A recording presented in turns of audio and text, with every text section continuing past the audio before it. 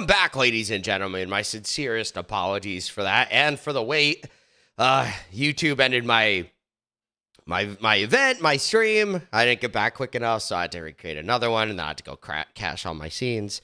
My apologies. Human error. You know, it's weird because Ustream broke yesterday on its own, and then I had to go do the same thing. And today I forgot to change it. I like to edit on my speakers, you know, instead of the headphones. And now I need the headphones on, otherwise you're going to get feedback. I'd actually rather just not have headphones, but you're going to get feedback.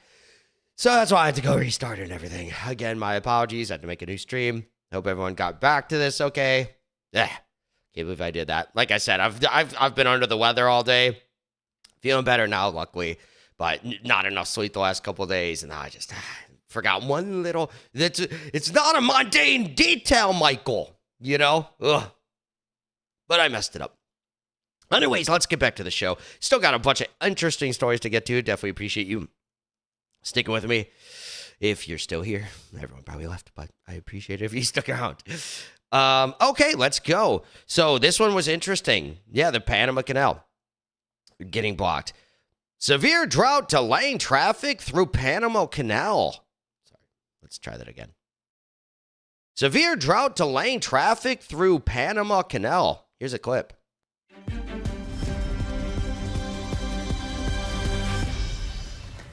So glad you're streaming with us. Well, low water levels at the Panama Canal are actually causing a traffic jam in one of the largest trading routes in the world right now.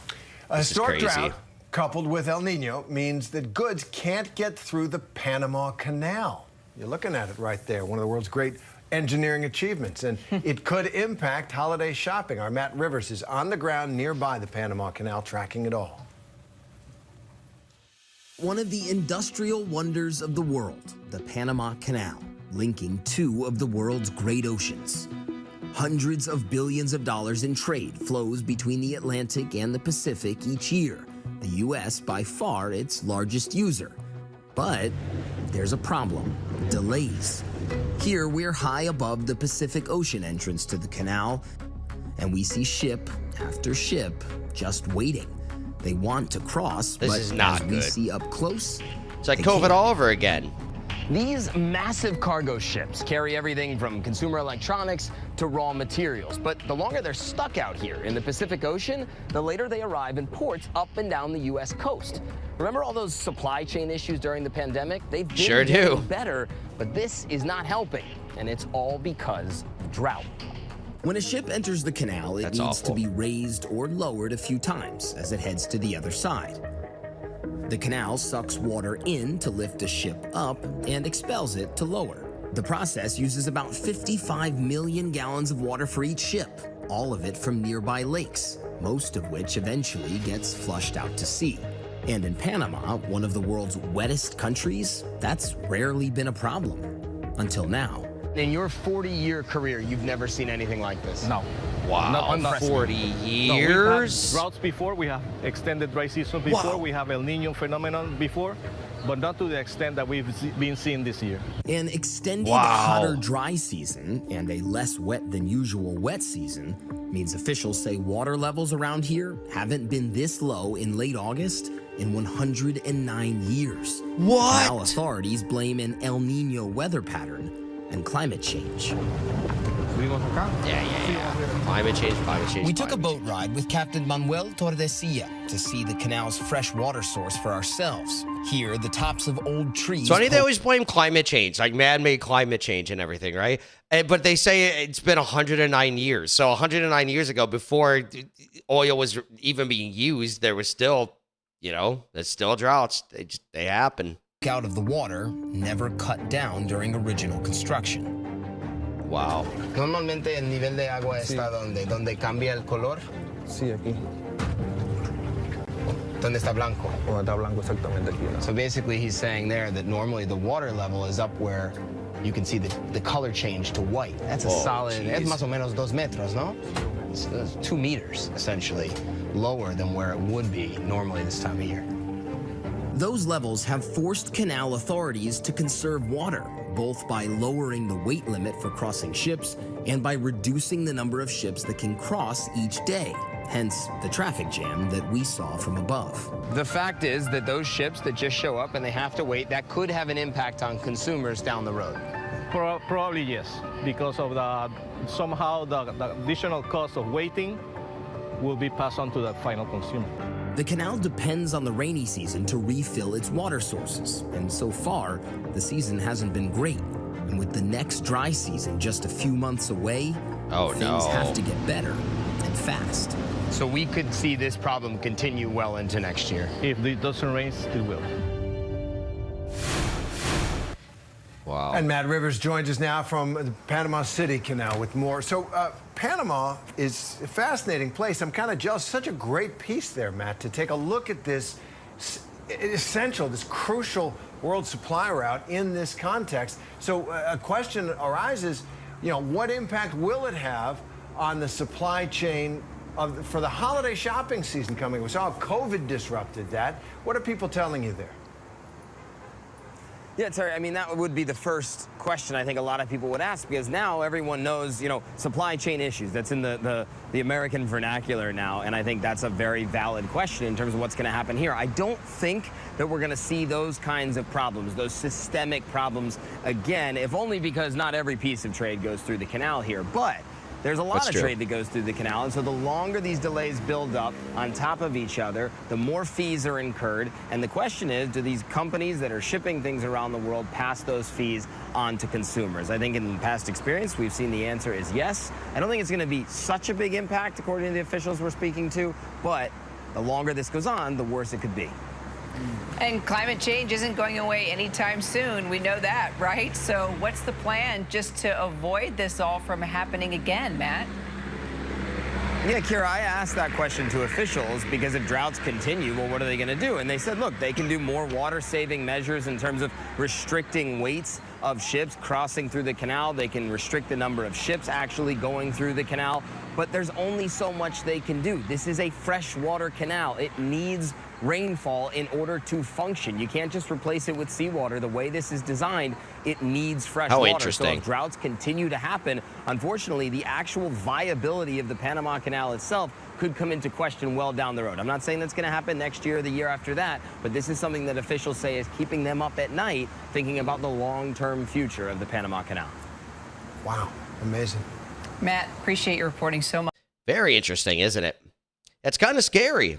Why don't they use seawater, I wonder? I'm assuming it was when they built it, they were just worried about erosion, but there's pipes that can handle saltwater. And wouldn't saltwater make like the ships more buoyant? So then you could theoretically, right, use less water. You use less water, and then, yeah, it makes the ships raise easier, I would think. Definitely not an expert. I'm just speculating here, but yeah, it's very interesting. You would think they would just take it from the seawater. You're not going to run out of ocean water. It's a third of the planet. No matter how bad like a drought gets, you're going to have seawater. I wonder if in the future they'll end up like redoing this. What's interesting is they just expanded it and they didn't think to do this.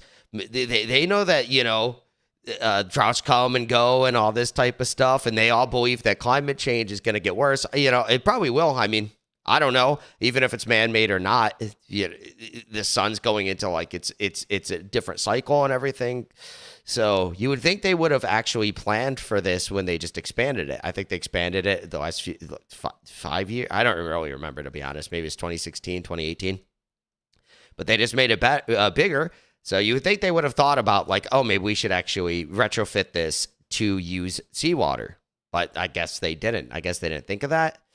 Yeah, it's very interesting. But, I mean, we're used to the supply issues. Hopefully it's not going to be like 2020, like that Matt, the reporter that covered this. He made a good point. Not everything's going through the canal. So, hopefully it won't be as bad. I know here in Austin, like lighters in particular, just getting a lighter is like impossible to do. I don't really know why, but it is. It's just so hard to find even light. You could get them at like liquor stores and stuff like that where you're going to be paying several dollars for a lighter. But if you just want to go get the packs from like HEB, or if you want to get them from like, anywhere like that, HEB or wherever, Target. Yeah, we don't shop at Target anymore though, do we? We try to avoid it. You want to go and do some weird stuff? We're going to boycott you. That's how it goes. Why not? But anyway, back to the point, like, you can't find lighters around here. I don't know why. Out of everything that's not available. Again, you go to a liquor store and you want to spend $2-3 for a lighter. I'm old. I remember like in the 90s when they're like 25 cents for a lighter. Now we got to spend several dollars for one. I should really just get them from Amazon, but then they don't have Prime shipping for whatever reason. Lighters are a really weird thing. Why wouldn't lighters, like a normal just Bic lighter, just be on Amazon and you could get a 2-day shipping? No, they don't have them. Then they don't have them in Target. So the supply chain definitely has not fully recovered. Like other things, I can't think of off the top of my head, but stuff like that. Not like food or anything, but those type of things, they're just, you can't find them. It's really, really weird. So that the COVID stuff is persisting, and now you have this issue with the Panama Canal that is not helping at all. So yeah, I don't know where we go from here, but hopefully they can again retrofit this over time and then use seawater. I mean, that would be the obvious answer, right? I mean, they're probably going to do that because how can you avoid this? You're just going to have, if anytime you have a drought. Again, it's weird to me. I guess when they built it, I don't remember when they built it. It was like decades ago. 70s maybe, I can't recall. But when they built it, you would think that I guess they just didn't think about at the time, but all that fresh water you're taking out of there, right? It's gonna, it's from ocean to ocean. That's just what's weird to me. You're not gonna run out of ocean, right? So it's also really interesting. The one side's higher than the other. Like the Pacific's higher than the Atlantic. It just slowly goes downhill. That's so weird because there's like sea level, but I guess it's not really sea level, is it? Very, very, very fascinating. But again, hopefully they get this solved and they can retrofit it over time without creating too much disruption. Which, I mean, honestly, like retrofitting it's going to create disruption. But if they're already disrupted because of a drought, it could happen again. And yeah, you would think they would just want to retrofit it because if they retrofit it, it'll cause delays and you can't go through maybe. But, I mean, they could retrofit it really. I mean, you would think at the same time because you could still be taking the fresh water while building, like, new pipes, right? Why couldn't you? And, like, again, I'm assuming it's because of erosion from salt water. I think that's why they don't want to use it because of the pipes. But you could definitely get pipes, right, that don't erode, put a coating on them or whatever. Or do maybe two different pipes. Like have two different lanes of pipes so you can have one and then if it erodes, you can go work on the other one or maybe even three or something, right? Then you can have two shut down and then use one. And then when that needs to be going to maintenance, you turn the other one on and then you just have a fail safe if you have three of them. So yeah, I mean, I don't know. They really should actually do that. That's a really good idea, right? I just thought of that. If they did that, then you wouldn't have to worry about this anymore. And the Panama Canal can flow, and then you could have unlimited water essentially from the oceans. So yeah, hopefully they get that done. Do that. Listen to David Carson. David Carson said it first.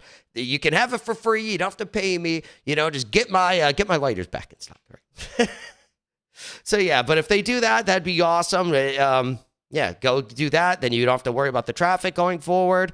And people can all be happy. And it shouldn't really be that difficult. It's just you just add another pipe, right? Yeah, I mean, if you have to put it out above ground and have it dump in or it suck out under, like, have it like above ground and then have it go in and suck it out like that, or have it just pour in from the top. Yeah. I mean, come on. You guys are engineers. I'm no engineer. I'm just a YouTuber. Come on, bro. You guys can figure this out. You can get it solved. I believe in you.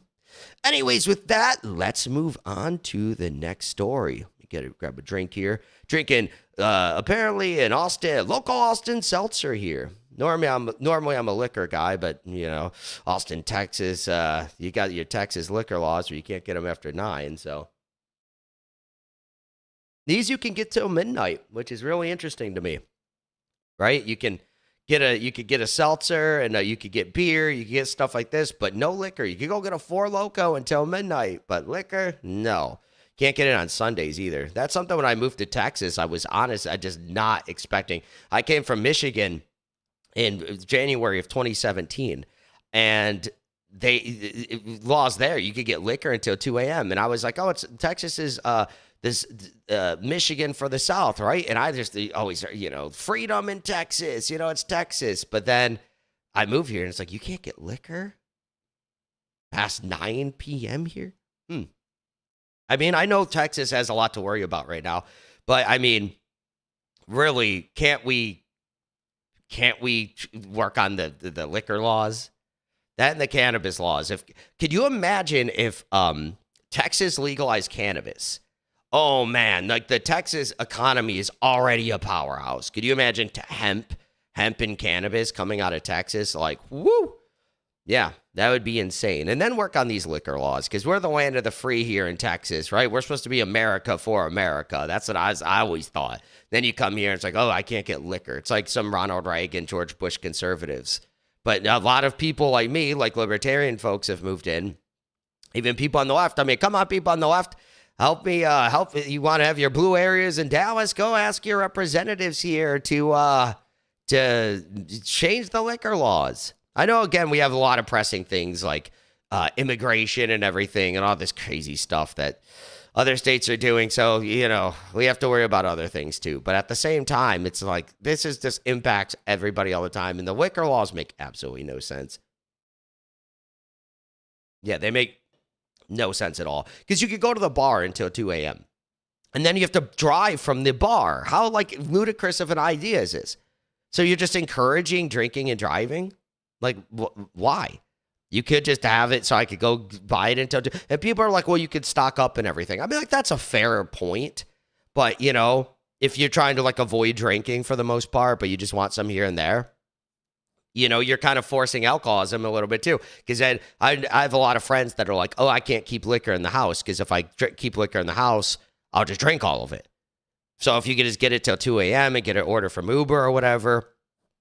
Yeah, that'd be way better. They don't have to drink and drive, or even if you don't have had a drink and you could go get it from Walmart. And then also, I didn't mention this. You also can't get it from Walmart or Walgreens. You can't get it from grocery stores. You have to buy it from an independent liquor store.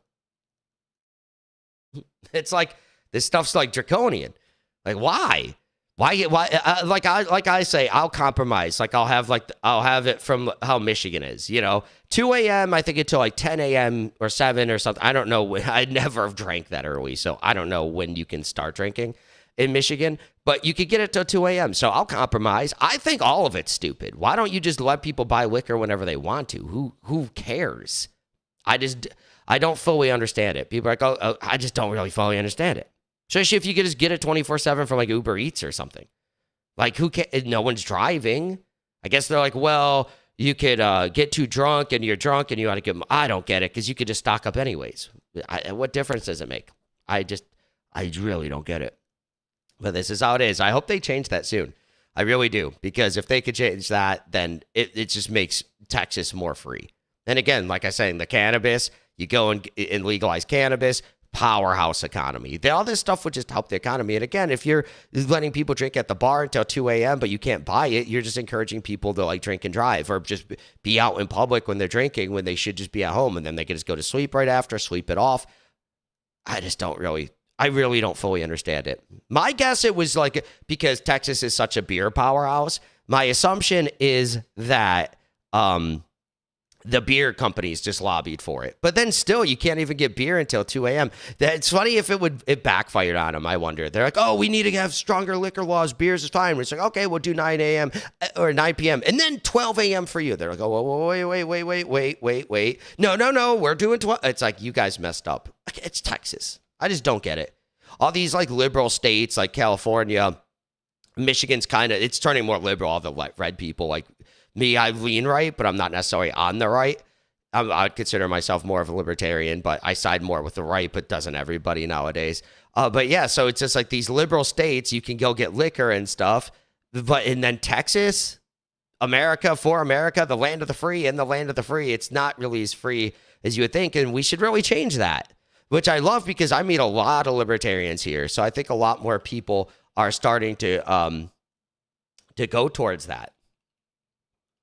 I don't have sufficient space for recording. Oh no, here we go again. Another problem, folks. This should be easier to solve though. I'll just delete something. I'll delete stuff.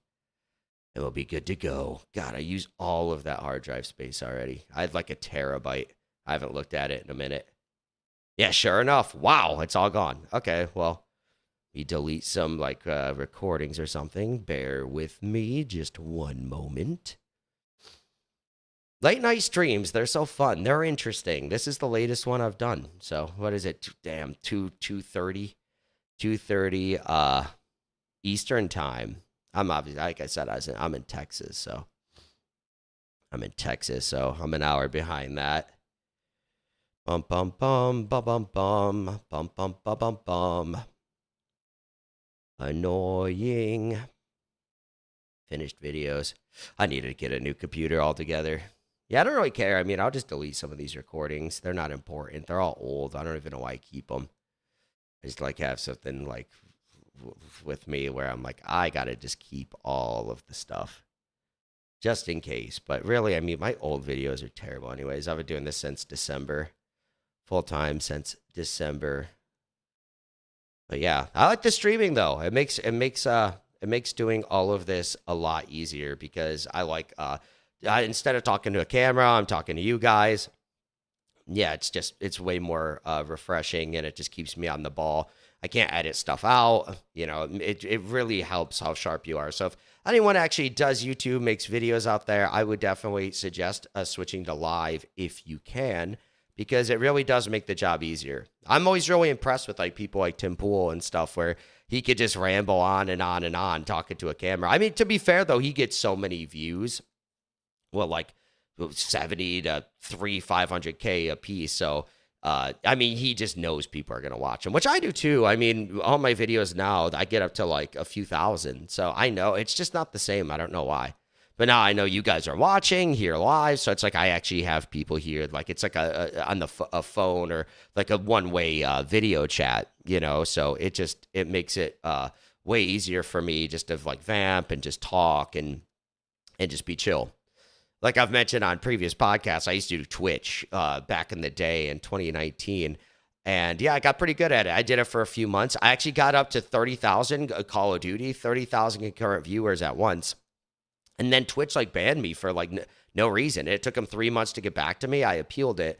And then they just like, sorry, we banned you by mistake. And that's all they told me. I'm like from December to like February. And then I went back to start streaming again. And all my momentum was like on because I play Call of Duty, and then that was by far the biggest game at the time. And that was like top 3 streamers like all the time. I was always in the top 3.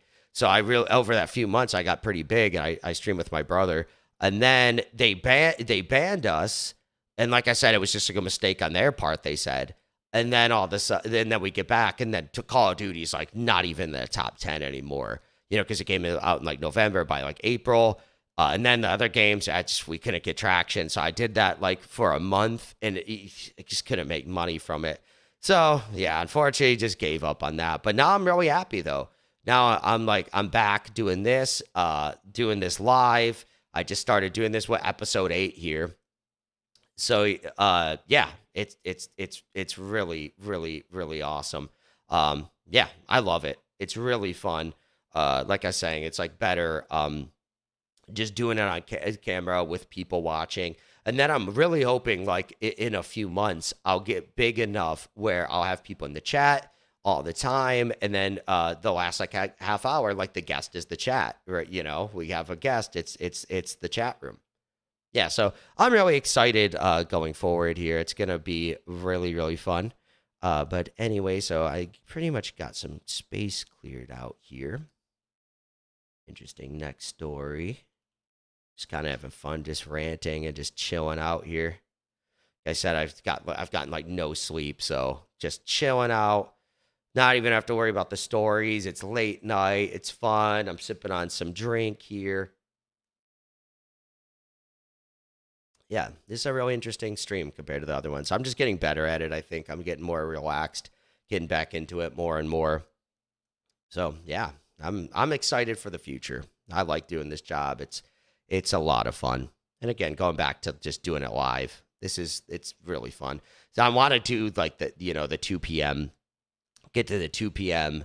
That'd be really sick. You know, doing it every day at 2. Get people. It's an like appointment viewing during the day. Get people their news. It's really exciting.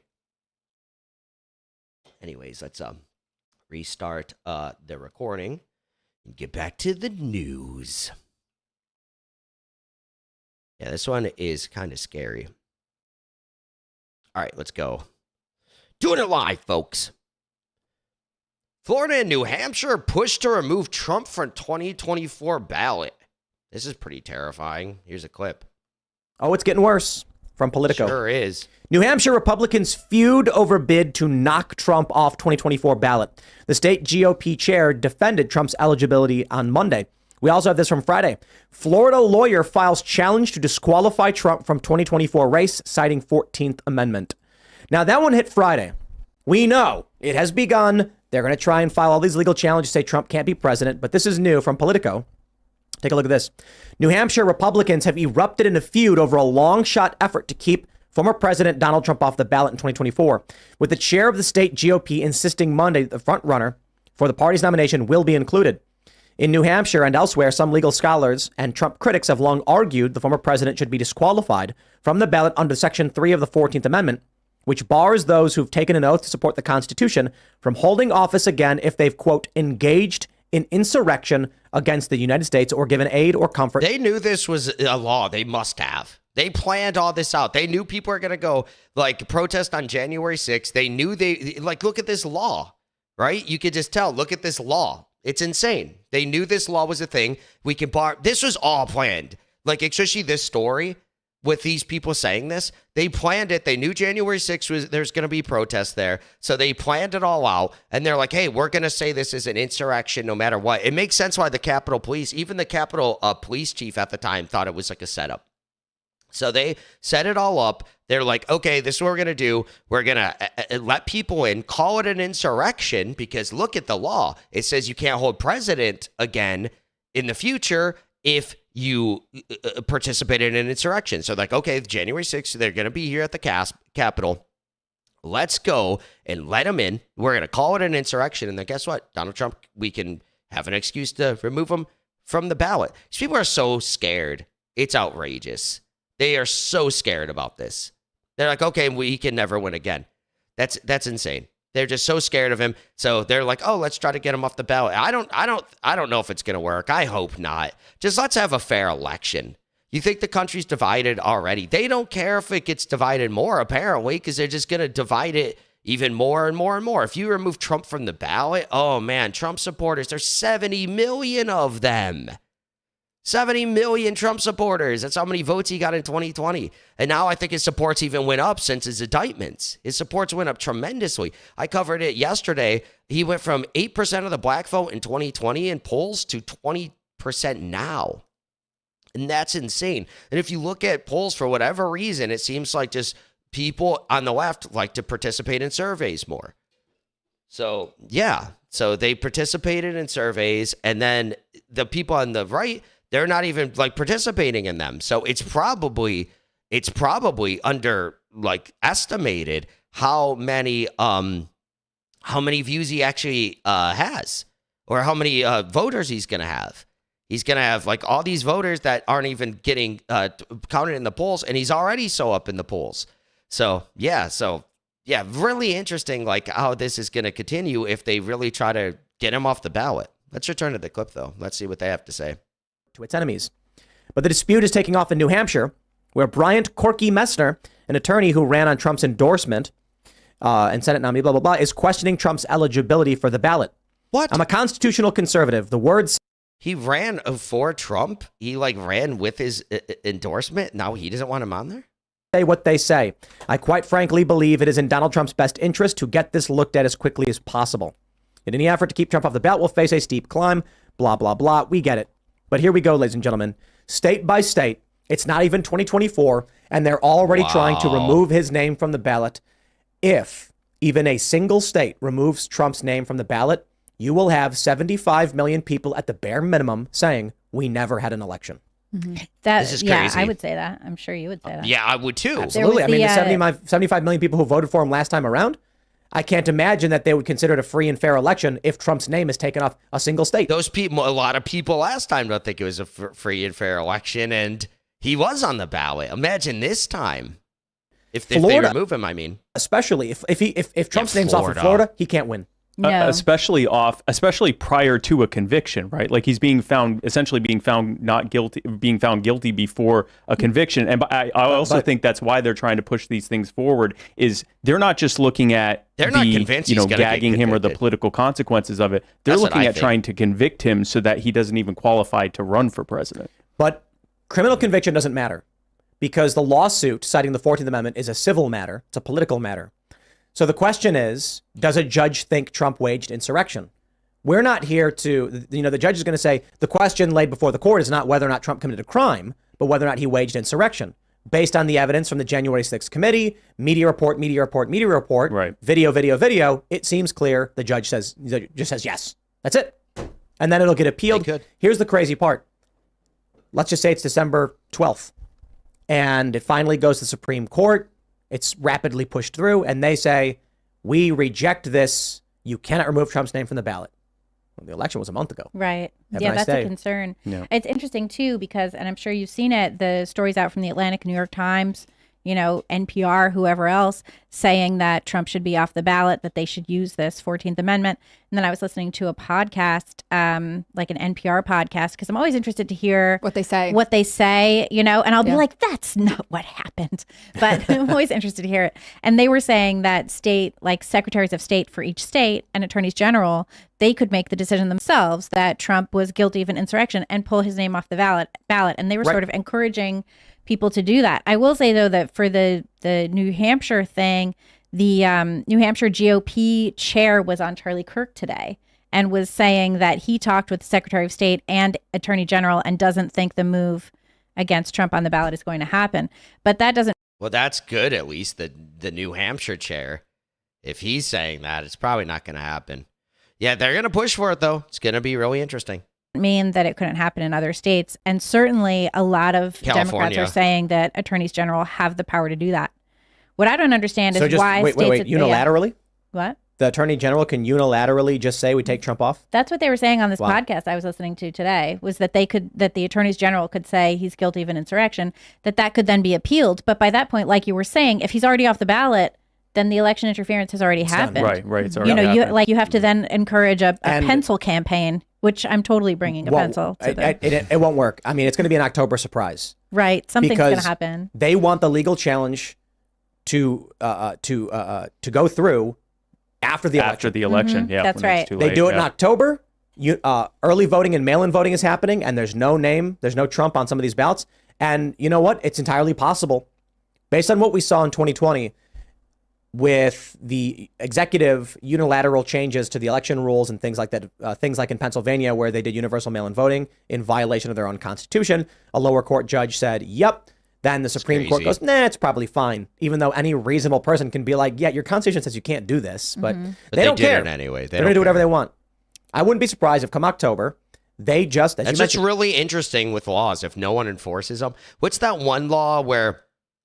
It was in Michigan, actually. I think it was every person that when they get let out of jail gets a horse in like a month's rations or something. It's like one of those old laws in America that no one actually cares about. America's laws are so bloated. It's insane. That's a thing with local, state, and federal. It's kind of cool, but wow, there's so many laws.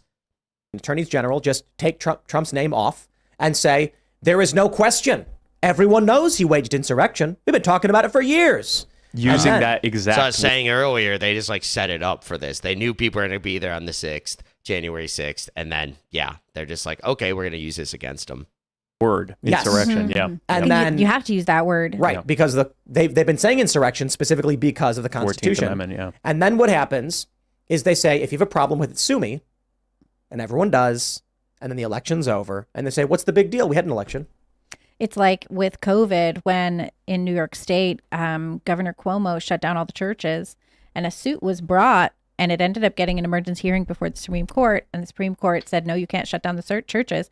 But that was months and months and months later. Yeah. And by that point, most of the people had stopped going to church altogether. And Cuomo said, okay, we'll get rid of it. And then he did another one in a slightly different way that did the same thing. Oh, wow. So because it could then be challenged again and months later be ruled to, Look, people and are I don't evil. think they brought a challenge at that point. I think they were out of cash. I got to tell you. I don't know. When people start to realize that the courts have no enforcement power, Everything's going to start breaking down because it's an interesting thing, right? The executive branch has its enforcement power. The the legislative branch has subpoena power, and they can make criminal referrals. It's a bit weaker. The executive branch is obviously where most of the power is, almost all of it. But the courts, what can they do other than bang the gavel and say, do it? And of course, courts have some degree of enforcement, but it's minimal. I guess like that's how the legislature is too, right? If the Congress, if they go and say, hey, you have to do this and no one enforces it, it's really weird how the country works, really, because if the executive branch goes rogue, they can just do whatever they want. Mm-hmm. If a court says something and no one abides by it, what do? I tell this people when it comes to private matters too. Like, it's the old saying, a person can be judgment proof, or you can't get blood. You can't squeeze blood from a turnip. I'm like, if you win a suit against someone, like look at Alex Jones, right? They sue him for like the entire GDP of France. Like, no, that's what they requested. I think they won like $1 billion. I'm like, you're not going to get a penny out of him. Because you get in line behind all of his other creditors. Yeah, it's just you can't just make these things happen. There's no guarantees. Yeah, you just have the money. Also, they're ensuring that he stays on the air because he's going to need to stay on the air in order to earn money to pay them back. Oh, that's funny too. Yeah, unless I think they said they want to destroy him.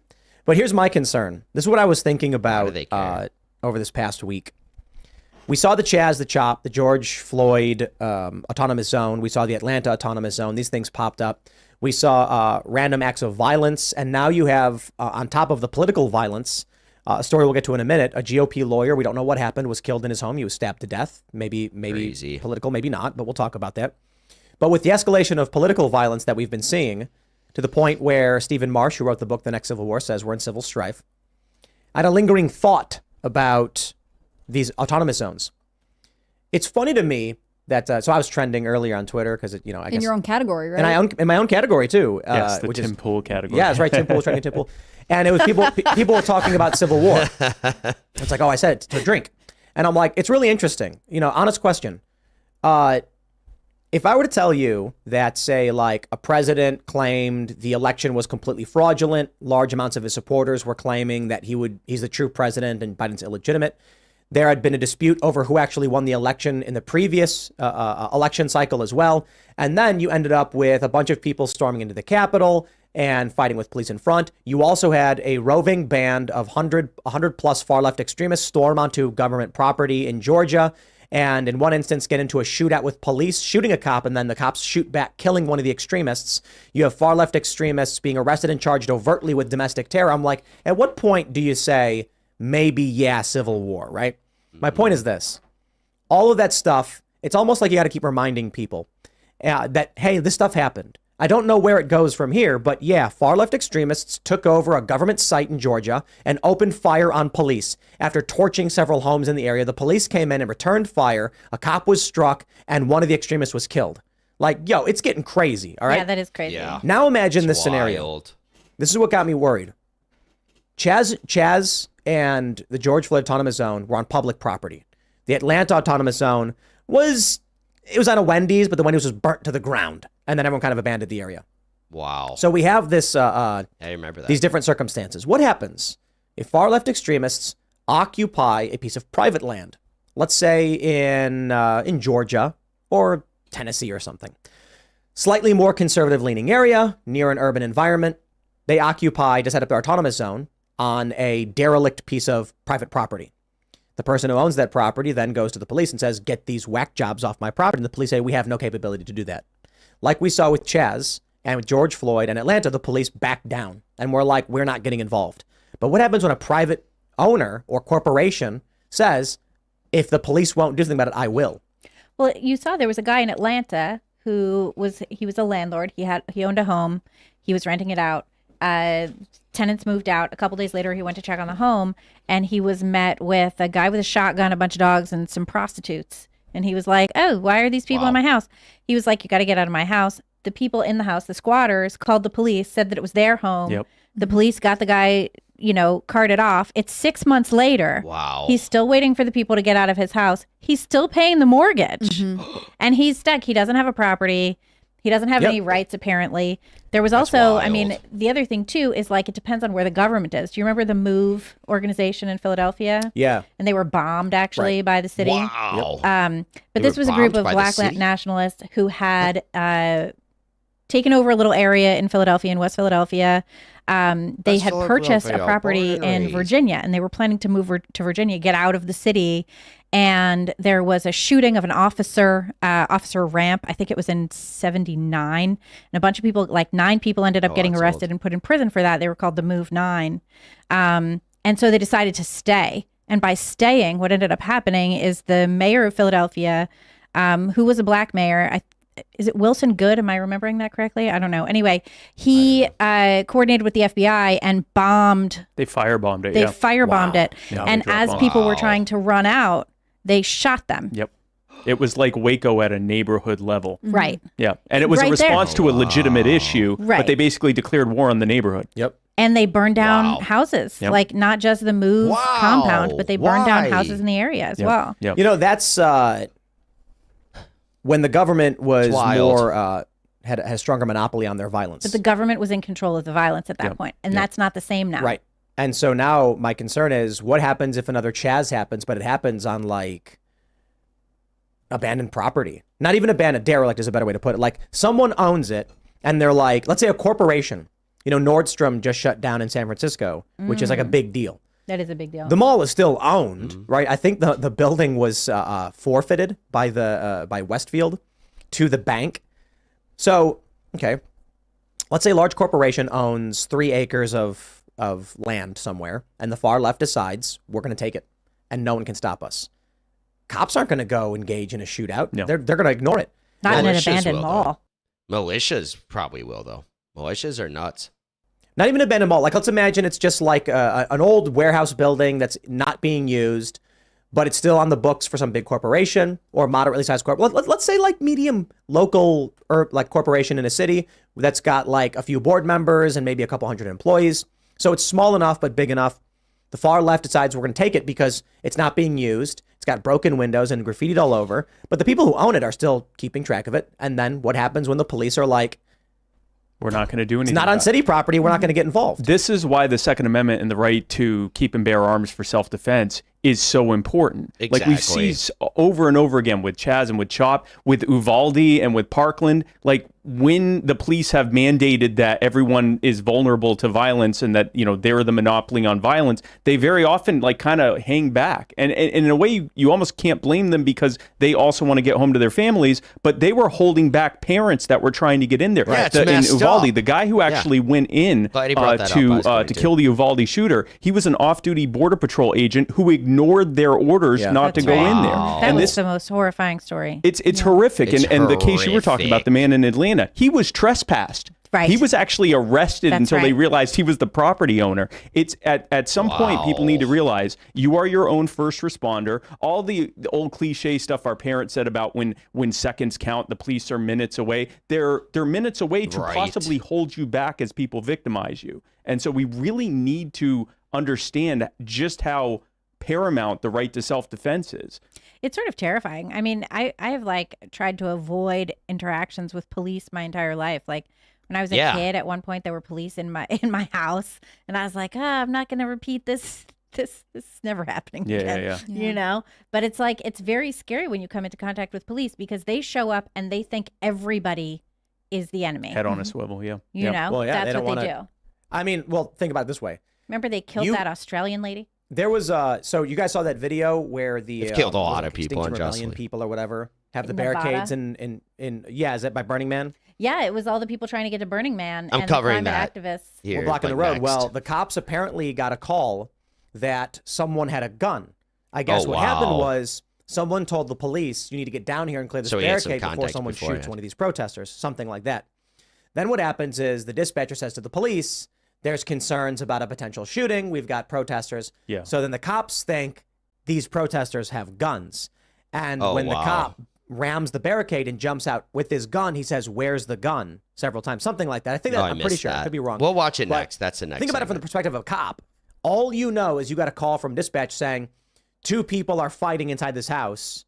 It's getting ugly. We need someone to come and shut this down. And then you show up and there's a group of people in the house being like, "Get out of our house." And some guy being like, "It's my house." Like, what do? Yeah. The Nevada thing was typically amazing. Say, civil matter, have a nice day. Right, like the Tracy Chapman song. The Nevada thing was absolutely amazing, though, because you had climate activists blocking the road. You had Burning Man people trying to get through the road, and then you had tribal police show up to clear the road. So the climate change people think they're on the side of the tribal police. They think that they're on the same side as them. The Burning Man people think they're on the side of the climate change people, but it turns out they're not. Meanwhile, the tribal police are the ones who get they have all the oppression points. So they're the ones who get to win. And then they show up as a bunch of guys in trucks with guns. Well, it was just fascinating to watch. You did have a bunch of upper middle class white people occupying native land. Right, and that's one thing they said. You're trespassing on tribal land. Yeah. That's hilarious. Thanks for watching this clip from... Yeah, that's really funny. Very, very, very interesting. Yeah, how all that played out, which we'll get to just here in one moment. But yeah, my thoughts about the Florida and New Hampshire push to remove Trump from 2024 ballot. I hope it doesn't happen. Like when in January 6th, because of all the election anomalies, we'll just put it that way. A couple of days ago, I did a video about Vivek Ramaswamy saying that he would have certified the election. Go check that out if you want, my full take on, that whole thing. But if they get rid of Trump on the ballot, it's just gonna be wild. There's gonna be so many lawsuits. They just let Trump run, and if he wins, he wins. I don't know. I mean, I'm not saying Joe Biden should get taken off the ballot, and it was super corrupt, no questions asked. But if the people want to elect him again, and he's old. He can't even do. He can't. If he what's that old saying? He would lose his head if it wasn't attached. He literally would. So I'm not trying to get him off the ballot. If that's what the people want, that's what the people want. And it's just going to create so much chaos if you try to remove him. So why not just go through with it? I guess if it's not convincing enough, he's not that bad. Apparently, I don't know. But yeah, so don't remove Trump from the ballot. Let's just go through it. It's going to divide the country even more. But like I was saying earlier in a different segment, they want to divide the country, though. They don't care. They don't care about it. So they're just going to go for it because they know that Trump is most likely going to win. So they don't care. And they don't care if they divide the country. Even better. Like I've seen people on Twitter that when Trump's going to jail, they're like, oh, yeah, go and fight and go raid the prison. People on the right, They just think it's hilarious. So that's what they're pushing for. Like, hey, if we get Trump off the ballot, it's just gonna push people to go crazy. And then we can use it against them. Yep, they know exactly what they're doing with that type of thing. So that's what they're gonna try to do. But I hope people just don't let it happen. California and stuff, New York. I don't know. It's weird though because there's a lot of red in every state, in the rural areas in New York, California and stuff. So hopefully they appeal and it just doesn't work out for them. And let's have just a normal election and see how it goes. But with that, let's move on to that story Tim was just talking about. Police plow through climate protest, arrest activists blocking traffic. Here's a clip. Please, this is a public property. Please. No, you're on public property. Very loud, my apologies. No, we got to get through. I'm sorry. Help us, people. We got shit to do. Sorry. I'm actually going to restart this. My apologies for my YouTube clip just real quick here. Because, yeah, that was really, really loud. I can't wait to get my new mixer. But I get a new mixer in the next, 6 weeks. And then, right now, it's all just running through my interface. And then the sound goes through that. But it's not, real time. Because then my streaming software has effects. And I can't hear those because I'm plugged right into my interface. That's going to change with the mixing process. And then with that, and I really should just do it. I should just go mix it beforehand. Like I was saying earlier, weird day today. I didn't get a lot of sleep the last few days. So just trying to get on the schedule. And then what happened was I just kind of overworked myself and it kind of backfired because then I woke up today feeling like just complete garbage. But, I'm feeling pretty good now. I'm feeling way better. I'm glad I did the stream, kind of livened me up a little bit. But anyway, yeah, so yeah, I should have mixed it beforehand. When I had to end the stream, I don't know if everyone was here, but yeah, I had to end the stream earlier because the sound was coming out of the speakers randomly because I forgot to change the sound settings on my computer first. I think I'm going to get a plugin for my streaming software that just makes it go through that. And then I can, or it basically lets you choose in real time which device it's going through, which audio device. So, you know, episode 8, still learning. It's a learning process, you know. But anyways, let's get back to this story, shall we? Police plow through climate protest, arrest activists blocking traffic. Here's a clip. Please, this is a photo. This is public property. Please. No, you're on public property. Wait for the cops. No, we got to get through. I'm sorry. Help us, people. Why does he say I'm sorry? Get the hell out of the way. Sorry. Jerks. Why is he saying I'm sorry? Whoa. I mean, get the hell out of here. That guy's just fighting him. The guy in the white shirt. Get out of the way. You're going to hurt someone. I don't care. You're gonna hurt someone. With medical problems here. Dude, it's just like I'm moving. I'm going around. Yeah. Call the cops. Call the cops. Who says we're not the cops? Call the cops. Show me your badge. That guy is such a jerk in the white shirt. You can tell by his accent he's not even from America either, and he comes here and this is what how he acts. People together. Wait for the cops. No, the cops are coming. They're right over there. Don't touch it. Yeah, he just gets in that guy's way. The guy with the red hat and the black shirt. You're gonna eventually get there. Hey, miss. You're gonna eventually get there. You're obviously. Oh, we're not burners? Get out of the road. Does that call the cops?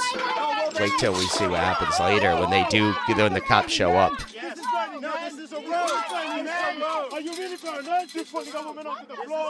They chain themselves to this barricade. These people are wild. Get the cops. Get the cops. Guy is such a jerk. Get out of the way. It's America, bro. So you're going to believe like human beings there, and then out here you're like an animal. Look at this plot. What? This is a democracy. He's just like, oh, you act like we're human beings. You're not here. You in there. You're acting like human beings, and now you're acting like animals. You're acting like animals. You're just going and blocking the road. Projection much? On the road. And you guys are doing. Are you a burner? This is how we're trying to wake up. Why is she asking that? Up the highway. Okay. You don't seem like you're in a No. You don't seem like you're in a. Get out of the way. You guy's so nice. This is not how you do it. I know how you do it. I don't know. Baby, lock in and shut up, please. Lock in. Lock in. Every change in society came from civil disobedience. All of them. This is just being a jerk. Going in sitting on the Capitol grounds where you're not affecting anybody. I'm all for that. I live in Austin, and people are always at the Capitol, sitting on there, holding their signs. I'm all for it. But when you're blocking the road, like, get out of the way. Like that guy's saying, like, people could have medical emergencies. You don't know what is happening, and you're just blocking everybody and you're wasting their time for what? Oh, and it's so ironic. They're idiots. They're climate activists.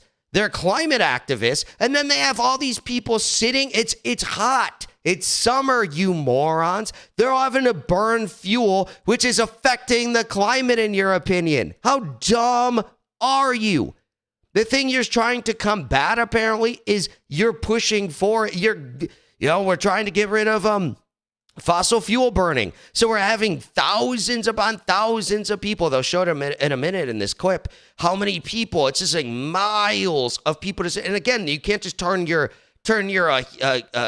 car off in the middle of the summer in a desert where Burning Man is, right? So they're just in there making everyone burn all this fuel when they're so stupid. You could tell it's not about climate change. It isn't at all. It's about them having power and them doing what they want. Call the cops. What an idiot. That backfires on him completely. That's some foreshadowing. Let's get back to the clip. Judge here. Is there a highway patrol? We're waiting for cops. Call the cops. What's going on? Hey. He shoves that guy in their orange shirt too. Wow. I wish the miles of traffic behind them all came and combated them. Like, get the hell out of here. What are you going to do against? But how are they going to get up there? You can't go. You're not going to go walk miles. They probably just think it's a car accident or something, you know? The people in the back. We are attached. We're causing traffic and traffic jam, and people I would have got. Well, I'm surprised no one had the wherewithal of like saying what I just said. Like, hey, you're combating climate change. You're making it worse. What are you guys doing? Get the hell out of here. You're making people burn fuel. Isn't that what you're combating? Morons. Get out the way. Everyone's getting hurt because of climate change. Look at what's happening in Maui. Look at what's happening right now in Canada. Oh, Maui. As I covered earlier in the opening story, the Maui thing was from poor forest management and power lines that should have been turned off, and they went against protocol not to do it. So then the grass caught on fire when the power lines broke during the wind. Get out the way. Get out the way. People are getting hurt by the system every single day. Oh, man. People are getting hurt by the system. You're hurting me. Get out of the way. Move. You guys they need to get through. Look at all of that traffic. Look at the police. Call the cops. Look at what the cops do. The cops are here. This is what you wanted. I'm gonna take all you out. You better move, he says. Yep. You wanted this. Get out now! Get out! On the ground! All of you on the ground now! Get on the ground! We're non-violent. So who's threatening to get the gun? No one has a gun. We have no weapons at all. We're environmental protesters. We're environmental this isn't a protest. I mean, if you want to be on the side of the road holding up signs, fair enough. But when you start blocking people and then like we're non-violent, come on, get out of the way. You're holding up everyone's time because you're so important. And like I said, we're climate activists. What morons? You're just making everyone burn all this fuel. Stupid. On tribal lands. Yeah, on tribal lands, he says. And they're looking for someone for a gun, apparently. Someone, from what Tim Pool was saying, that someone, like, they called and said someone had a gun. So they're, like, all freaked out, the cops are. Even still, they should still do this. I'll just run over your barricades with the truck. And that blonde woman's just so freaked out. We're no violence. Why are you doing this? She attaches herself to the damn barricade thing, that trailer they have. And then she's like, oh, you're hurting me, when the guy's trying to kick it out of the way. You did this to yourself. Like, what are you talking about? You can't, like, tie yourself to a freighter or something, like a shipping boat, right? And then just it goes and they're like, okay, we're leaving it, or like to someone's car or something. And then they start driving. You're hurting me. Unattach yourself to the car and then you'll be fine. God, these people are just, wow, the tactics they try to use. Please? Please what? That woman is so spoiled. Please, please, please. They're not doing anything to her. They're just arresting them. Please, please, we're going to go to jail. And they're like, call the cops. And then they come, please, no, why aren't you on our side? Please. Play stupid games, you win stupid prizes. They're such idiots. And on how entitled that woman is in particular. All these people that are doing this are so entitled. We can just go block the road and not have any consequences.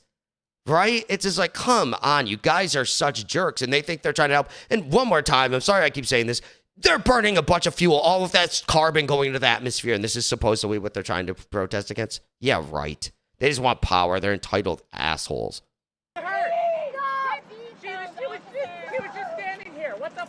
We're just standing here in a road with thousands of people trying to get by. It's your badge number. I'll tell you. Tribal lands, too. They said that in the temple thing. White people going and occupying tribal lands and not getting out of the way. These people.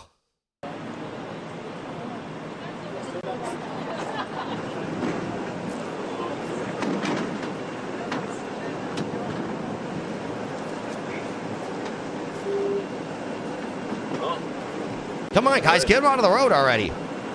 People need to get through.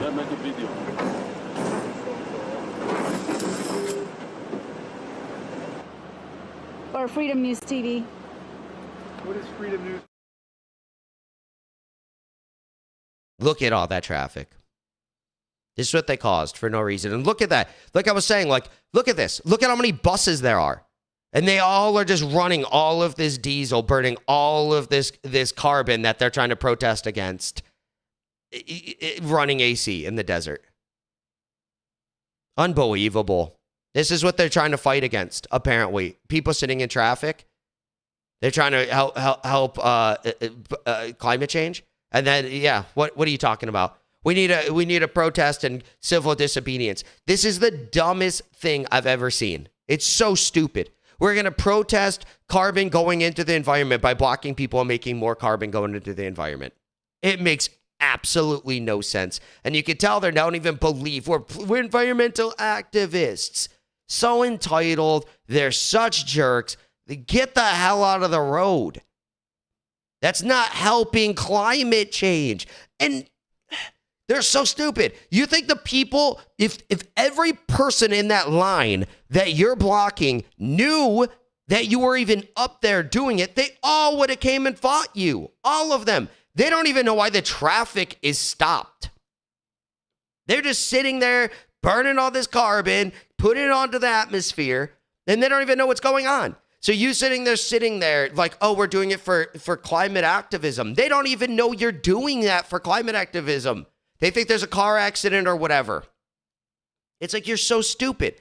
What are you actually trying to accomplish from this? Did you think this through at all? Apparently not. They're like, let's just go set up a barricade. We're entitled assholes. We're just going to go and set up a barricade and be like, okay, we're going to go protest for climate change when it makes no sense. You're burning all this carbon and no one even knows you're out there protesting.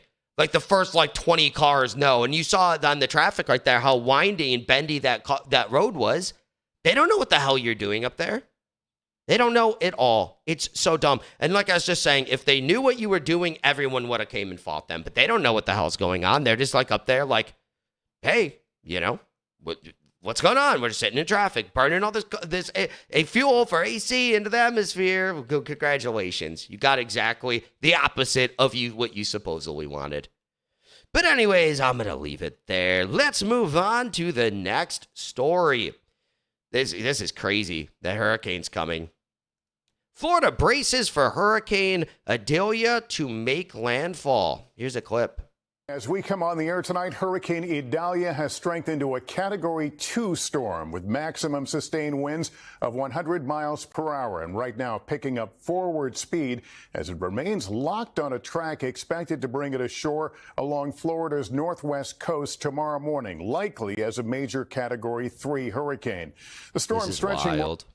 Whoops, my apologies. 300 miles across as it spins across warm, open waters in the eastern Gulf, churning tropical storm force winds at its outer reaches.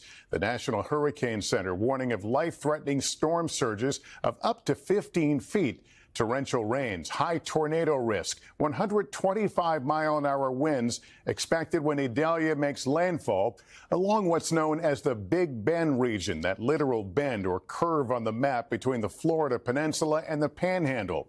Tonight, there are mandatory evacuation orders in place in more than a dozen Florida. Okay. Sorry, I'm going to restart this. I messed up earlier. It's all for the YouTube clip. My apologies, folks. I'll edit this out of the podcast also. My apologies. All right, let's go. Round number 2. Florida braces for Hurricane Idalia to make landfall. Here's a clip. As we come on the air tonight, Hurricane Idalia has strengthened to a Category 2 storm. What a weird name, maximum Idalia. sustained winds of 100 miles per hour. And right now picking up forward speed as it remains locked on a track expected to bring it ashore along Florida's northwest coast tomorrow morning, likely as a major Category 3 hurricane. The storm stretching more than 300 miles across as it spins across warm, open waters in the eastern Gulf, churning tropical storm force winds at its outer reaches. The National Hurricane Center warning of life-threatening storm surges of up to 15 feet. Torrential rains, high tornado risk, 125-mile-an-hour winds expected when Idalia makes landfall along what's known as the Big Bend region, that literal bend You're up or there. curve Stay on safe, the map between everyone. the Florida That's crazy. Peninsula and the Panhandle. Tonight, there are mandatory evacuation orders in place in more than a dozen Florida counties. We'll get to our team on the ground in a moment, but first, Al Roker, what are you seeing in terms of the storm track right now? Lester, Idalia is starting to rapidly intensify right now, 300 miles south of Tallahassee, 100-mile-per-hour winds moving north now quicker at 16 miles per hour. 15 million people under hurricane warnings, watches, and tropical storm watches and warnings as well from Florida all the way into the southeast. By tomorrow morning, 9 a.m., a Category 3 storm coming onshore. The good news is this is going to be a rapid mover, but not before leaving some significant impacts. For example, storm surge up to 15 feet, especially right around Cedar Key, with surge accompanied by large waves which cause beach erosion. Wind gusts from 50 to 95 miles per hour, dangerous with trees falling, possible power outages from Wilmington to Sarasota, a risk of tornadoes wrapped in rain, hard to see. Rainfall amounts 12 inches or more in the Florida Big Bend, and that's going to lead to significant flooding from Cross City all the way to Wilmington. Lester? All right, we've been talking about just how dangerous that storm surge could be as Idalia slams ashore. Our Tom Llamas is in Crystal River, Florida. That's about 80 miles north of Tampa, where they could see 12 to 15 feet of surge. Tom, good evening. Lester, good evening to you. As you mentioned, this stretch of Florida is known as the Big Bend, and they are getting ready here for something they have never, ever seen before. A likely Category 3 hurricane that will be getting stronger and stronger up until the time it crashes right into this coast. Tonight, this destructive hurricane powering to shore, fueled by the warm waters of the Gulf of Mexico. The eye of the storm trained directly on Florida's western coast. I don't have a really great feeling about it. I'm hopeful, but I just think that we're about due. With Hurricane Idalia's torrential rains and forecasted gusts of up to 125 miles per hour bearing down, last-minute preps are at a fever pitch. Florida's governor mobilizing 40,000 linemen to try to keep the lights on. Wow. That's the ultimate goal. Rapid restoration of power. This is a major hurricane. The Keys and Fort Myers Beach already seen flooding. Crystal River is now in the crosshairs. This is somewhat new territory for you guys, right? A major hurricane hasn't come through this area, I've been told, ever. Correct. We haven't seen anything like this in a very long time. Idalia threatens to wash away parts of the Florida coast with record-setting storm surge. That's a hurricane's deadliest threat. The initial rush of water comes suddenly. 3 feet is considered life-threatening. At 6 feet, waves cause significant damage, breaking through doors and windows. At 9 feet, the floods move farther inland. A 12 to 15-foot storm surge would be catastrophic for low-lying communities here in Florida. That roof line, that's about 15 feet right there. And look where the water already is at high tide. Inches from the backyard. Now, a double threat from Mother Nature. A king tide expected Wednesday. That's when the sun, moon, and earth align to produce tides 1 to 2 feet higher than normal. The view from the space station shows Idalia's monstrous size. That is huge. But its destructive power needs to be seen up close. Look at these villages in western Cuba, submerged by rains just yesterday. Very few people can survive being in the path of major storm surge, and this storm will be deadly. First responders from Missouri, Virginia, and New Jersey already mobilized to the Sunshine State. Take it seriously and be prepared. In Tampa, all flights are grounded, and several hospitals have already been evacuated, while Tampa General rolls out this aqua fence to repel the storm water. Outside Greg Thompson's Big Bend bar, they're boarding up. And inside, it's last call. Some people want to ride it out. We're leaving. What do you think about the people that ride it out? I wouldn't do it. Quite a risk. Too big of a storm. Nobody can come help you. Tonight, the clock is ticking. Time is running out to get out. And a stretch of Florida readies for a hurricane, the strength of which they've never seen before. Tom Llamas, NBC News, Crystal River, Florida. And our Gabe Gutierrez is further up the coast where mandatory evacuations have been ordered. Gabe, what's happening there? Lester, good evening. The mayor here of Cedar Key says that this is the worst forecast that he's ever seen for this area. Many businesses here have already boarded up, and some businesses have actually emptied out their lobbies because they expect this entire area to be underwater. Now, Cedar Key is a series of islands in the Gulf of Mexico, and officials here expect there to be a potential 10 to 15-foot storm surge. Now, a mandatory evacuation order is in effect here. The deadline to leave was 4 p.m. today, but the mayor says about 100 people have decided to stay and ride out the storm. The National Weather Service and Hurricane Center say that this entire area could be cut off because of the rising water. So the mayor here, in a last-minute warning, is urging people to get out. Crazy. Like, that's something about living in Florida. You know, a lot of people are moving there because, you know, they're moving out of blue states to red states, and Florida's one of the biggest. This is what always concerned me about living in Florida. You know, that's your exclusive address. It's not like a vacation home or something, right? It's like that's your exclusive address. And then what if a hurricane comes? Just ruins all your stuff. Maybe if you're like in a high rise in Miami, I mean, the winds are scary, but you're not going to get your stuff flooded. But these small communities, what's interesting about this hurricane, apparently this is like the only time in forever that this a hurricane has went through that upper part of Florida. So, yeah, not good. Hopefully people are prepped. Hopefully they stay safe up there, because I couldn't imagine being in that. You know, it's going up to a Category 3 and everything. Yeah, really, really scary. It's crazy that people, like, try to ride it out. I don't know. I'm kind of crazy. I might do the same, but probably not the best idea. Like, if that was my own house and only house and I had nowhere to go, what are you going to do? Right? Board up the windows, go into the attic and hope for the best, I guess. Right? But then you get that, like, the Katrina thing, what 2004 or whatever in New Orleans. And then you're just sitting on the roof waiting for someone to come rescue you. It's probably just best to go up for a few days to a motel. You know, it's unfortunate. It's going to cost some money, but yeah, staying there, that's wild. But if anyone is staying, you know, no judgment, you know, good luck. And I hope you stay safe. Everyone that's in the path of this in general, I hope you stay safe. I'll probably be covering it a bit more over the next few days. So definitely subscribe and like this video and everything, so you can make sure you get the latest, right? But with that, let's move on to the next story. 5,000 emails show Biden used fake names during business deals. Here's a clip. Will the real Joe Biden please stand up?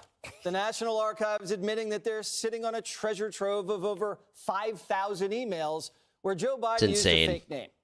They could show that the big guy was actively involved in Hunter's shady business dealings.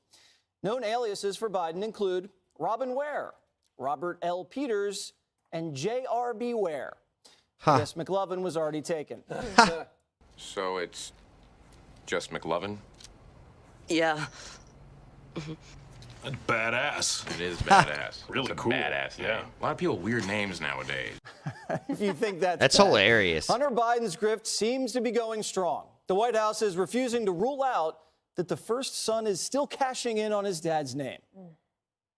We know that from a Hunter Biden associate now that he sold the appearance of access to then Vice President Biden. Are you confident that he has stopped doing that? That is a question for Hunter Biden. If somebody is selling the appearance of access to the White House, that is a question for the White House. No, that is your I don't know how you're perceiving that. Sworn testimony by Devin Archer. He said, I am just not, Peter. I'm just not going to get into this. I'm just not. The evidence against Biden's piling No up. comment. The Democrats They like are to say finding that new from the ways White to House embarrass nowadays. themselves while defending the first family. Watch. One day he's Sleepy Joe, the next day he's Corrupt Joe. I know people who are sleepy. I know people who are corrupt. I don't know anyone who is both. These guys just know that they are reflexively anti anything Biden's doing. Are you confident when you look at what the Justice Department has done, when you look at the investigations into Hunter Biden that the Republicans have pursued up to this point, that there hasn't been any wrongdoing, everything's been above board? Yes, I'm extremely confident. The American people know fundamentally that Joe Biden is a good and decent man.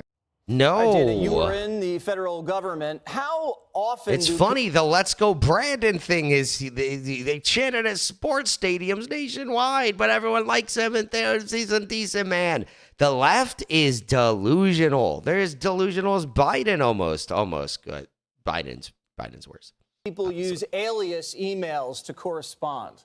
I would love for the reporters who were in the briefing room when I was press secretary to revisit the stories that they did when there was this minor issue about people who were trying to do the right thing to make sure when they were dealing with the RNC, if they had a political job at the White House, dealing with the RNC, that they used the right email. It became this gigantic scandal. We answered all the questions. There was congressional testimony. You had to turn over all the documents. The RNC to this day still has all of them archived, and it turned out it was absolutely nothing. I would love to see the curiosity from the media on this one. I don't think that they're going to get it. And when Eric Swalwell is your first line of defense for dealing with a foreign influence and fraternizing campaign, you are not in a good place. You are really not in a good place. And then he said, I can't imagine he could be both sleepy and corrupt at the same time. And actually, this might be something that Biden can do. You could, this could actually happen. The other thing is, Jesse, I was thinking about you earlier because you've utilized the FOIA Freedom of Information Act request in order to get information for stories that you're pursuing. And it's available to the American public. It's also available to media organizations. And sometimes they use it. But in these particular stories, where have all the news nuggets come from? It's not from the media filing a FOIA request asking to find out if Joe Biden had aliases. It's coming from private organizations. Sometimes they're partisan organizations. That's also fine. It's under the First Amendment. But the media is so incurious, it really bothers me. So what do you think? Makes sense. He was hiding with 5,400 emails over 8 years, Judge Jeanine? I come from a different place than Dana, but for me, it's basically the same. It's a clear attempt to avoid any kind of transparency, sharing information allegedly about his schedule that includes issues of the Ukraine at the time when Joe Biden was a point man on energy in Ukraine. And according to the National Archives, 5,400 such emails, 5,400 such emails. I'll say it again. And it was during the years that Joe Biden was vice president, 14 and 15. Those were the years that David Weiss, the now special counsel, allowed the statute of limitations to run. The years that under the 1023, the Bidens were pretty much demanding $5 million and $5 million from Zlovchevsky, who was the head of Burisma. And by the way, who was copied on the email? The staff member is told to send it to Hunter Biden. And that shows that the immediate staff around Joe Biden knew that Hunter Biden was involved in this. We already know that Obama's people and his emails that he was getting was copied to Hunter Biden. This is so obvious corruption. It's crazy how people try to defend this guy. It's nuts. Even if you're on the left, come on. The guy is so blatantly corrupt. Just admit it and get him out of there and get someone that's not corrupt that you don't have to defend all the time. The State Department said you got to watch out for your son. We all know he's a dirtbag, drug addict, ex-crazed lunatic. And he's flying around with you. And, shows how good of a dad Joe Biden is, isn't he? This is his son. This has to stop. But, this is really, in the end, it's a story of a father's deep love for his son. Oh, that's what it is. Deep love. Who among us hasn't done 5,400 emails using a different name for any reason? I know what your secret name is. I don't want to ask. Don't say it. So, Judge makes an interesting point. If now staffers were being copied on these emails, this is an administration-wide scandal. Would you expect House oversight to maybe subpoena some of these people? Yeah, again, they're next. So they're going to, I imagine, do that. And it was the Southeastern Legal Foundation that asked for it a year ago. So in June of 2022, they say, you got these 3 aliases. Can you tell us what emails went out during the Obama years? And they said, okay, I'll get back to you, I don't know, a year. So we get back, and it turns out there's 5,400. We'll get back to you. We'll get them to you eventually. We know this, that 10 of those emails were copied to Hunter between May 18th and June 15th. And so we also understand, too, that there was an explanation when Obama had an alias. They said, well, we have to throw off the Chinese or would-be hackers by using a different email. And I'm thinking to myself, if we can't protect the President of the United States email, yeah, why are you using it? Doomed. No wonder North Korea was able to bring these movie studios down to their knees. And can I just say also, a big surprise you went to me over Pierce, because you like him better. And for me, I thought for sure you'd go to Pierce, he'd eat up all the time, and I'd have 20 seconds. I went to him last because he's so long-winded. He wanted you to be my warm-up guy. Yeah, I guess. Very smart of I'm you, opening Jesse. for Pierce. All right, so Lovely to see you we have about 4.5 minutes, Pierce. Wind me up. Look, I realise that the occupant of this particular chair on this show has to try and muster some form of defending the indefensible when it comes to President Biden and this scandal. I have nothing. Because this stinks. The whole thing just stinks. And I think with any political scandal, you go back right to the start. What's the nugget? What's the fact? What's the catalyst for all of this? And the catalyst for this is that Hunter Biden, with zero experience, possibly less, lands a job on the board of a major Ukrainian energy company. And he gets paid $83,333 a month to offer his zero expertise to this Ukrainian energy company. Just when his father is Vice President of the United States with special responsibility for Ukraine. If you just take that one fact at the start of this scandal, that is corruption. So everything that follows is unsurprising to me because you know there's a scandal, you know it's corruption, you know that Hunter Biden got that job because of his dad, you know they're making loads of money as a family. The Biden brand was fleecing Ukraine for gazillions. But we can add something to this. It's not hypothetical.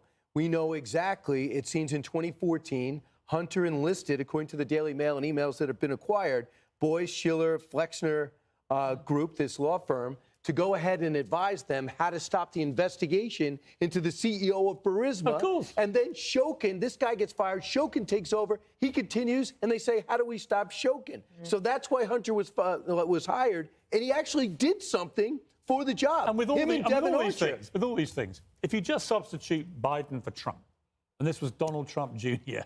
with Donald Trump as the it's the same story, by the way. I know, but if you just subbed the two names round, exactly, what would all the people trying to defend Biden be saying about the Trumps if they had done this? They would have been screaming they do for impeachment, for indictments, and everything else. Instead, there's a deafening silence, and that is, frankly, with the mainstream media in this country, I have to say that as a journalist, that is as corrupt as the actual scandal itself. That they're not treating this the way they would if it was someone on the other side. But it's the same story that got him impeached. Rudy Giuliani was pursuing this story, and he shouldn't have, and they shouldn't have done it this way against the opponent. We know that. But this is the same story. They go, what was Biden doing in Ukraine? But Trump was calling up Zelensky, go, could you find out? Because I'm going to send my guy over. And that's the story. And now 2 years later, we're pursuing a story, and they're desperately trying to slow it down. And, you know, one of the interesting things is that when you say that they hired the law firm of David Boyce, and then Shokin comes in, and they figure out they can't figure out a way to get rid of him. So Joe Biden says, I'll get rid of him myself. I'll leverage $1 billion. And I'll brag about it. Yeah, and I'll admit then he brags on about television. It wasn't on television, but it was recorded. Provable one. Hey, Sean Hannity here. Yeah. Hey. Biden's an idiot. They're all idiots. It's funny how they did this, like aliases and all this stuff to try to hide all of it. And now once you know the alias and you can see all these emails, they're just busted. Like, what are you going to do to defend yourself now? You're going to go see all these aliases. We know it's you. You tried to hide it, but it definitely did not work. Now they have all these emails. This is really interesting. The evidence piling up against Biden just keeps getting crazier and crazier and crazier and crazier and crazier. I don't think, like I've said before about Trump, I don't think a president can go to jail because of the Secret Service, but they could put him on house arrest or something. Yeah, very interesting, because I wonder if he'll actually get impeached. It seems like they're building to that. You know, Victor Shokin saying that he's going to go testify in front of Congress. That should be interesting. That's the prosecutor that Biden got fired, and he met it in the CFR. What an idiot. Him and Hunter, like, what's that saying? You know, the apple doesn't fall far from the tree. Hunter just ruined everything by leaving his laptop at a computer repair shop So that's all ruined. He messed all that up. And then Joe Biden messed it up by going to a CFR meeting and just admitting everything. Like, what idiots? What are they thinking? They're not, I guess. I don't know. But with that, let's move on to the next story. This one's pretty funny. A 12-year-old roasts woke teacher over Gadsden flag. Here's a clip. An interesting story coming Yeah, out of very Colorado Springs. Shout out to Colorado Springs.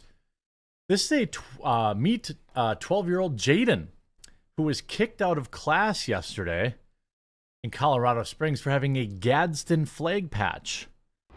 Yes, I hear everyone furiously typing flag, F-L-A-Y-G. Flag. I hear you. Gadsden I flag. understand. This is my voice. I grew up where I grew up. Wisconsin. That said, which the school then claims has origins in slavery. This is, in fact, the first time I've Weird. ever heard that. Yeah, I've I've never heard that before. Origins in slavery. What are they talking? What is this woman The talking? school's director said via email that the patch was, quote, disruptive to the classroom environment. I highly doubt that. The other kids don't even know what that thing Here's is. the email. No, what's a Gadsden? Miss flag? What is that? Rodriguez. A snake? As discussed, I'm providing you with the rationale for determining that the Gadsden flag is considered an unacceptable symbol. Outrageous. First case, when the EEOC required the complaint to be reviewed, of course, they quote a Washington Post article tied to the Confederate flag and other white supremacy groups, including quotations patriot groups. Patriot groups are bad. They're white supremacy if you're a Wait till patriot. you see the video. What are they talking about? Wait till you see the patch too. It's so disruptive. Yeah, the director then argued, by the way, this thread is by Connor Boyack. Shout out to Connor. The director then argued that the flag is associated with hate groups, linking to this weak article that cites a graphic design scholar. What does that mean? Claim Graphic that, design quote, people? No offense to any graphic design people. You know, I do graphic design. I do all my own thumbnails. My great David Carson show logo. Where's it at here? This way. Down, there we go. Down there. Never mind. You can see it. Down in the lower right corner. I designed that. I think it's pretty nice. Did my David Carson show up there behind me. Awesome stuff. I would not say, no offense to anyone if you're a graphic design, but you don't have to be a scholar to do graphics design, right? But that's who they're citing. Graphics design scholar. It's like, okay. May now see the Gadsden flag as a symbol. And how the hell was a graphics design scholar just some person, even if they were a scholar, like how do they know about what flag the people who did what are it's like Anthony Fauci in the earlier segment talking about climate change. Like why are these people commenting on this? It doesn't even make any sense. It's not a historian or something. It's a graphics design scholar. Okay. Intolerance and hate, or even racism. By the way, I do view my Gadsden flag as intolerance. I am intolerant of the government infringing upon my rights. Fair enough. I am intolerant of other citizens infringing upon my rights. Yep. It flies on my 60-foot, the maximum size the county would allow, flagpole. That's just awesome. Below my 12-foot American flag. Okay. There is absolutely nothing racist about that flag or its symbiology. What it is you see here, decision by the Navy in 2016 not to wear or fly the flag anymore. These are like from theconversation.com. Essentially, patriots will fly this flag, and then they're seen as, if you're patriotic, then you are an evil person. Why? Far be America's it. awesome. They're going to have 15 different pride flags in that classroom, though. True. They don't care about that. They're going to have pride flags in every classroom. They're going to have it in the cafeteria. They're going to fly it above the American flag on the flagpole in front of the school, but can't have a Gadsden flag. We truly hope to have Jaden back in school tomorrow to resume his normal school. They kicked him out of school. But that will require this patch to be removed from his backpack. Oh, man, if this is my kid. If this was my kid, he wouldn't be going to this terrible school and then just buy him a shirt with it on. And then when they made him change his shirt, I would send him to school with the Gadsden flag on his shoes. And then when they did, when they had a problem with that, I'd send him with customized Gadsden flag shoes. And then when they whined about that, I would get a Gadsden flag temporary tattoo and use that as a lesson to teach my son that authoritarianism is wrong, and that's why we enjoy this particular flag. Yeah, and why we enjoy the country as a whole. Because we're free. Exactly. So it's like, it's part of why America is America. It's freedom. Now, if it was a pride flag, we know that the kid would have been elevated to supreme leader amongst his other students. Right? As you can hear his mom say in the video, which I'm going to show you, Jaden wanted to stand up for his non-racist beliefs. So after he was kicked out of class, he asked his mom to take him to the news station to get the word out. This kid's a G. He got the let's idea go to the from news. a Tuttle Wins book, or the Turtle Twins. Turtle Twins. They declined an interview. He went there. What rule was he actually breaking? They declined an interview? Mistake. That would have been huge. They would have had all their all that stuff with plastered, like their logo plastered on all, like this video would probably have it on there. Mistake. According to the director, this one, see highlight, that it refers to tobacco, alcohol, or weapons? In what way? Alcohol, tobacco, and weapons for a patch. Gadsden flag patch. Though it's unclear what alleged slavery connections has to do with this. Of course, this is the Harrison School District. I'm sure their Twitter is getting absolutely crushed right now. And it's the Vanguard It is. School. We no look Twitter at it account. later. He looks at it See later. the redheaded libertarian writing, has the self-proclaimed most libertarian governor in America, the governor of Colorado, defended this child and disciplined the school for abusing their authority and not knowing their history and humiliating his state? Don't think so. No, he's not doing that. I flew a Gadsden flag outside my house once, and my former ultra left-leaning, anxiety-ridden neighbor freaked out on me. Good. Buy two then. Ha! Joke's on you. You know, the kid is allowed to have, and like, you know, the video is even more hilarious, which I have keyed up here. Based mom recording. Look at this kid, like well-dressed kid. He's got like a dress shirt on, belt, slacks, got his hair done nice. He wants to be a businessman. That's what I think. I bet you that kid slays. Probably gets a lot of... Slays that teacher. Probably gets a ton of handholds. Maybe even some over-the-shirt, over-the-bra action. I don't know why he's saying. You're only in 5th grade, though, Hey, you're right? 12. Never mind. Why are you saying this? Quit being creepy, Jeremy. What the hell are you talking about? Wait, what grade are you in when you're 12? 6th, 7th. Yeah, like 5th grade, maybe? 7th grade, probably going into 7th. New school year, right? 5th or 6th grade, maybe? No. Yeah, full-on Sigma Alpha Chad. Like Sigma Alpha Chad. Now wait till you see the patch in this, by the way. Yeah, it's on his backpack. Jeremy, play it. Come on. I mean, the kid's got like, I think like a military. This kid is like, yeah, full Alpha Chad. Businessman or grade. Okay, yeah. 7th grade, you're getting 7th. some over the shirt. Yeah. If you're 7th grade. Quit being creepy. Yeah. Quit being creepy, Jeremy. He's a little kid. Do they know what the Gadsden flag is? That it's a historical flag. So there. Wait, you'll see it here. So he's got like the military rucksack or backpack. Look at the back. He's got on here. He's got based. And then he's got a St. Michael. That's hilarious. A Dogecoin. I'm unfamiliar. That's some sort of archangel, right? I'm not very familiar, but you're gonna see it here. There it is. A very tiny Gadsden flag. And this says J-Rod for VP Revolution. Revolution. So he's maybe running for some sort of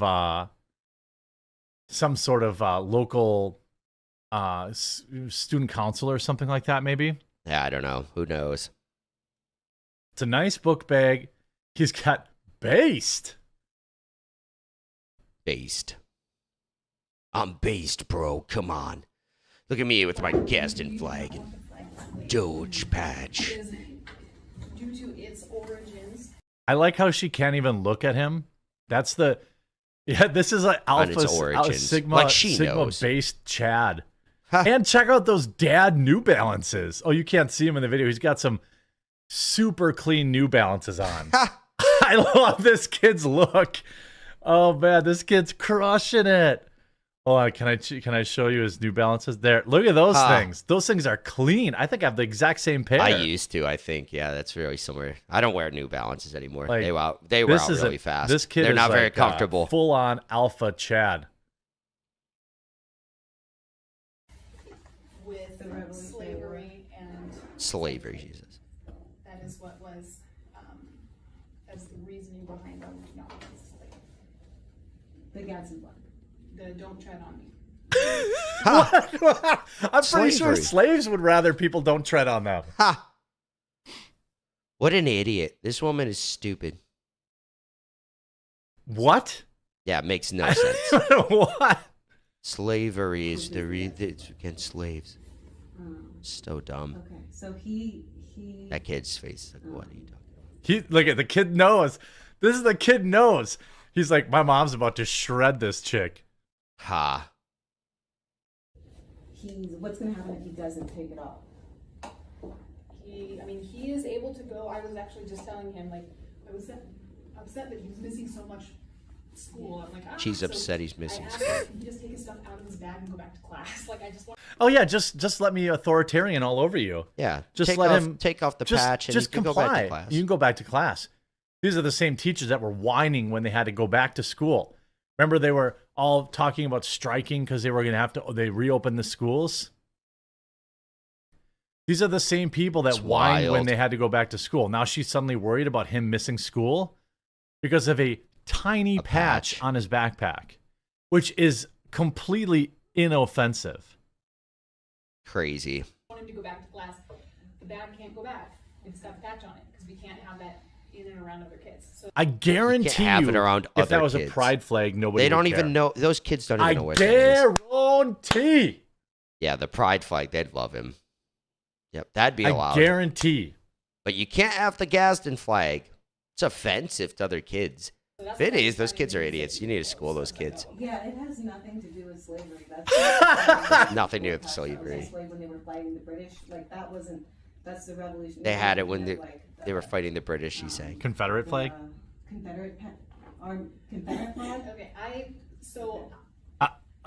Okay, Is there history to enforce? No, I am here to enforce the policy that was provided.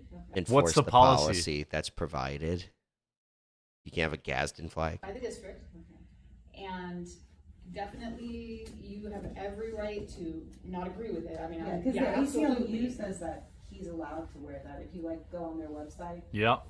The policy says he's allowed to wear it. That's crazy. All I'm saying And then she's fighting it. There's like a ban on patches, period. Like if you said there's no patches allowed at the school, you cannot display what you think or anything like that, or what cheer, anything like that.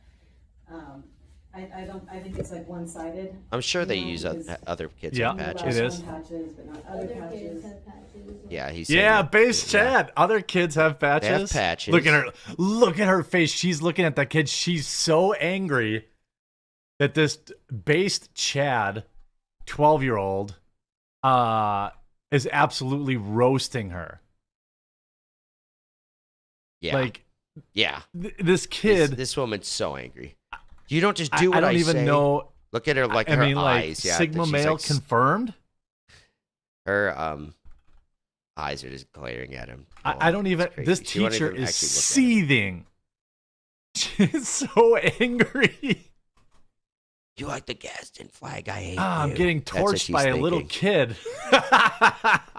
Yeah, she's thinking that too, probably. Like other names and like the American flag on their backpacks. Yeah. Look at her face. She's so mad. She's so angry. They have American flags on their backpacks, I think he said. Oh my God. She's like, why won't this little puke just do what I say? Was like flown during the revolution with, I just don't understand that at all. Fun to the Revolutionary War. What's your problem? Go onto the ACLU's website. Yeah, let's talk to someone. I can have you speak to Jeff Yoakum again. And then he can refer you to our person at the district. Okay. Because, like I said, we're following district policy, is what we're doing. So, District policy. His name out of class. Yeah, I know. He District policy. takes his classes seriously. He studies. He wants to get straight A's. He did that. He made honor roll. He has straight A's and is on the honor roll, and you're worried about this. Right now, but it's hard because he keeps missing class for this. So I understand that. J-Rod 2040. You always stick up for your beliefs, and I mean you're going over the revolution for 7th grade. I mean the founding fathers. That gets you so annoyed. It's like, I'm so bored. Against unjust laws. This is unjust. Okay, that's so funny. She's like, this is a flag against unjust laws, and this is unjust. That is hilarious. That mom's also pretty cool. We're upholding a policy that was provided to us, which we have to uphold. Okay, can you show me where the policy? Yeah, where's the policy? Show me. She won't quote the policy. No, it doesn't exist. I'm just She's following a liar. orders. Well, who's She's orders? a liar. I don't know. It's a policy. I absolutely exists, love it. Shout out to J-Rod. J-Rod for Dark Mega. Dark Mega General 2024. This kid is look, I generally don't like, when parents include their kids in their own political stuff. This seems pretty harmless, and it's actually Gadsden proving flag. an extremely important point relax. that we all know that if these were rainbow flags, no one would have said a thing. This woman doesn't even understand what the Gadsden flag stands for. She might. Doesn't She might care. just be She lying. just wants them to comply. We've Yep. actually got a huge update in real time, going through the school's Twitter account, seeing it getting absolutely crushed. Now the governor has responded. The governor responded. Wow. Colorado governor has responded to the video and sets this teacher straight with a history lesson. Ha! Obviously, he did the Gadsden respond. flag is a proud symbol of the American Revolution and an iconic warning to Britain or any other government not to violate the liberties of Americans. It appears in popular American medallions and challenge coins through today, and Ben Franklin also adopted it to symbolize the union of 13 colonies. Wow. It's a great I didn't know teaching this. moment for a history lesson. Ha! Racked. I mean, damn, Jared, Jared, Jared Polis, he has Polis? referred to his state as, libertarian. That's sick. Go him. Let's see, has he deleted it? I'm impressed. Why would he delete it? Did he delete it already? What? Why would he delete it? Oh no, he responded here. Oh, there it is. Yeah. In thread. Twitter's weird with that type of stuff. Cool, you have Wikipedia up. Now look up the functions of a governor and see if you can muster up the courage to challenge the teachers union. Yeah, that's true. I just love it. Go. The Get teacher him. just gets double embarrassed. What a great day. Oh, that's awesome. Yeah, this is such a funny story.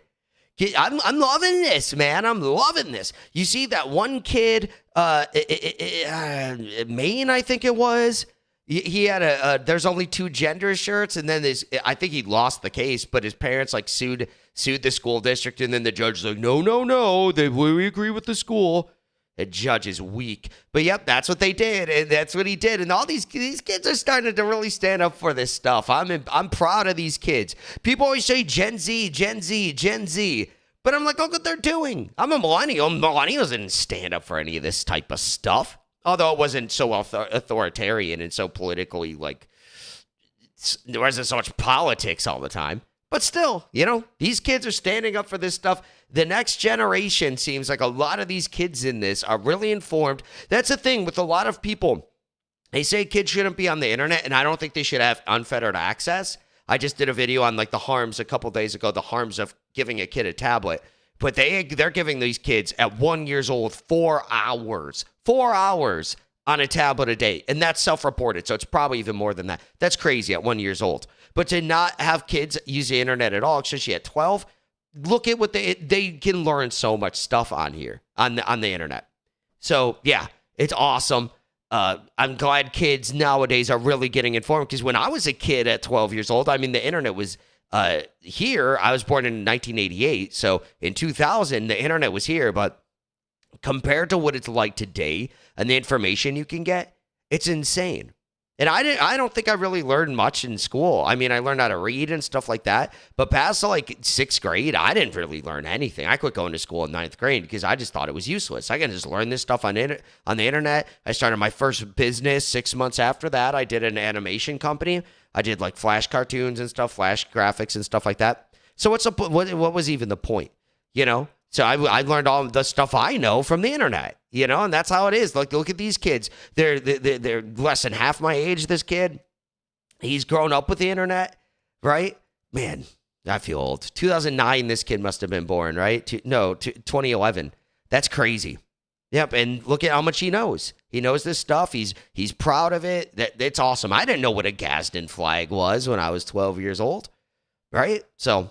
yeah, that's awesome. I hope kids keep doing this type of stuff. Go this J-Rod kid. Hope you get VP, buddy. You know, the VP's running for or whatever. Yeah, go him. That's awesome. I hope kids keep this up. I'm glad some parents out there are actually keeping this stuff, you know, alive and let their kids like stick up for their kids and everything. I don't think he should really be going to public schools really, but he seems like he's doing okay. But with that, let's move on to the next story.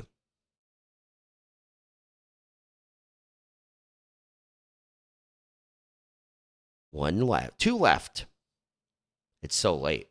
It's like, wow, it's been a long podcast, almost 3 hours. Wow, I was not expecting this. Every time I think they're going to be short and quick, they always end up being really long. Anyways, let's get to it. Mark Levin says Trump prosecutor violated grand jury rules. Here's a clip. A federal judge overseeing former President Trump's election interference case setting a trial date for March 4th of next year. It's crazy. Now, the time right puts after the trial Super directly Tuesday. in the middle of the Republican presidential primaries, with Super Tuesday slated for the very next day. Mark Levin is host of Life, Liberty, and Levin, and we've got this chart, Mark, that we can show everybody when these dates are. When we first heard the date of March 4th yesterday, I think people who are politically minded thought, isn't that right around Super Tuesday? Turns out, Mark, it's the day before.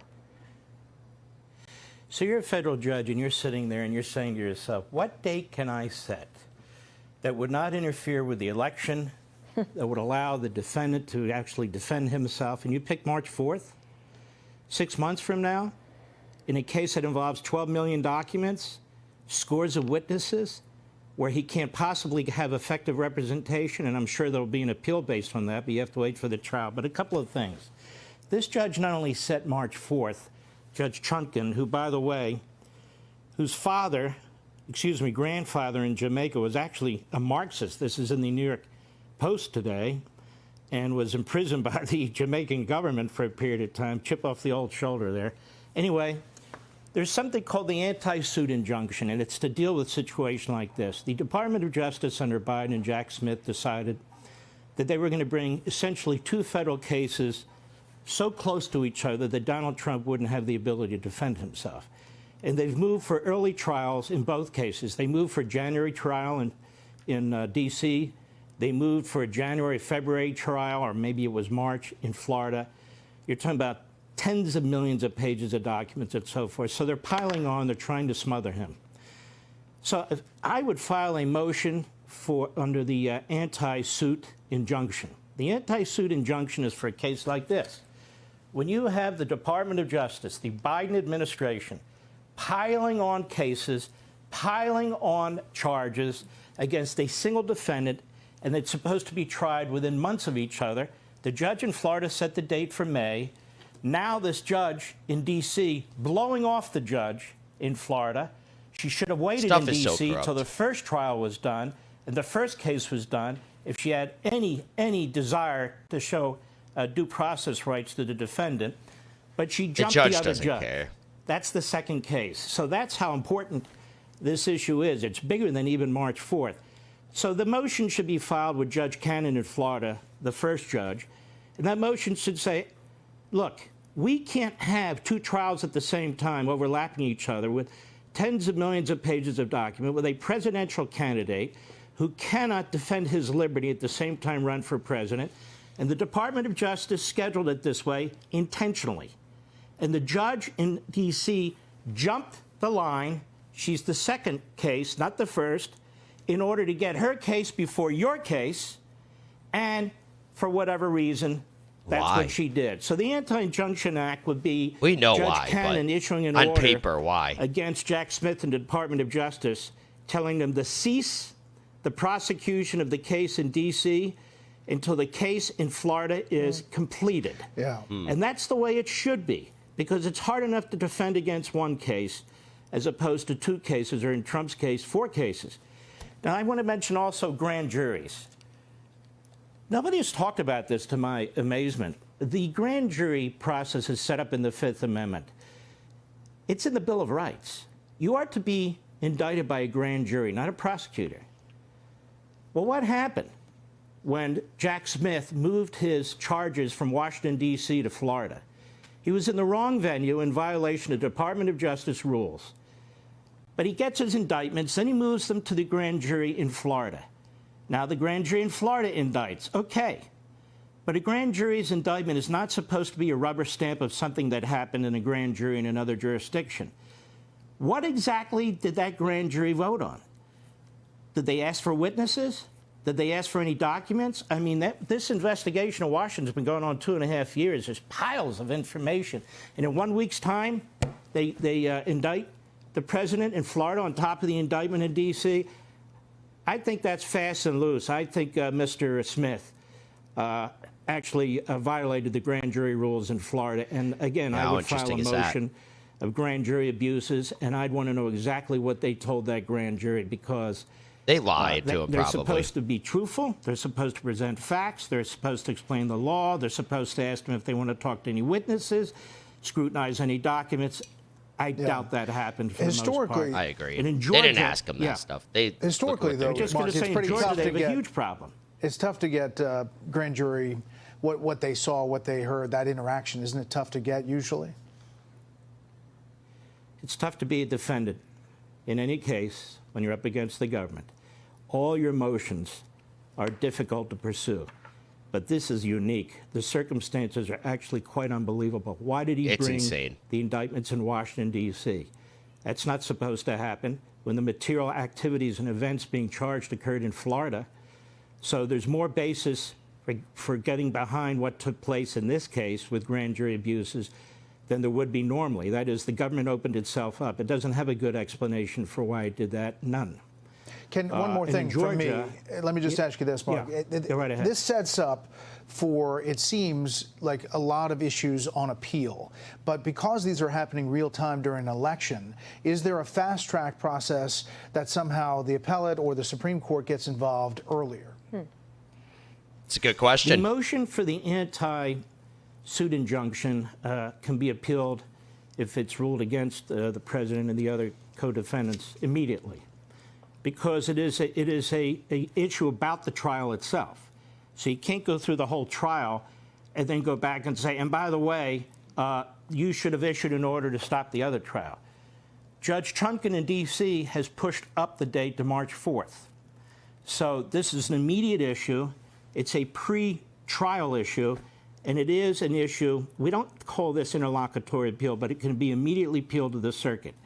In terms of the grand jury abuses, the Supreme Court has ruled you need to lay that out before a trial. If you lay it out during or after the trial, you have no basis for raising it at all. So you have to raise it now. So that provides a basis also for what we call an interlocutory appeal immediately to the circuit court if the president and the defendants don't get the result that they want. So both of these cases would go to appeal, if necessary, before the commencement of a full trial. Oh, wow. And by the way, real quickly, I know you're really out interesting. of time. In Georgia, when they posted the grand jury indictments, before the grand jury came to the courthouse, before they met, before they voted, and in Georgia, you don't have to use a grand jury, but when you do, you got to use it properly. That is a perfect case for grand jury abuse.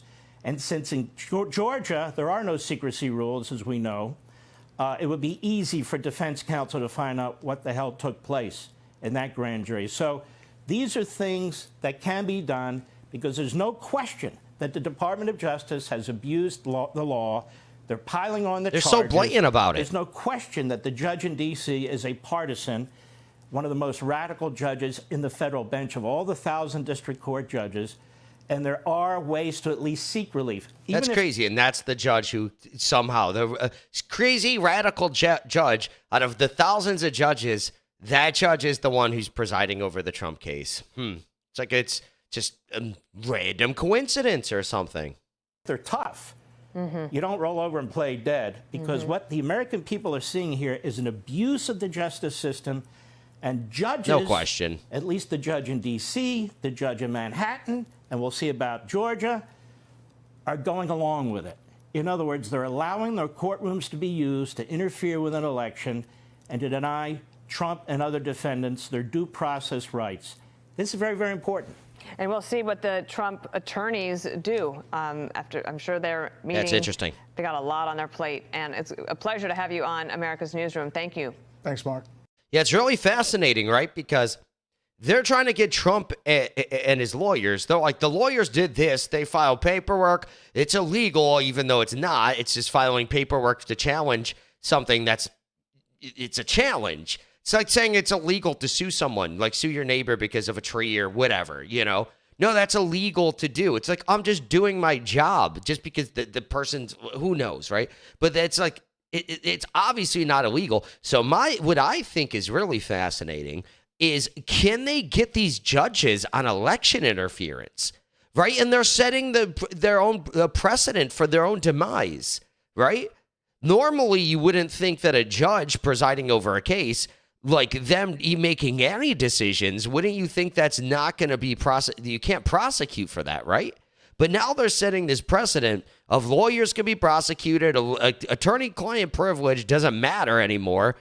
So they're kind of like, I wouldn't say it's the same, obviously a judge is different than an attorney and everything, but it's really fascinating to see this, because they're kind of just throwing out other rules, and I don't know, maybe in a few years it'll be used against them.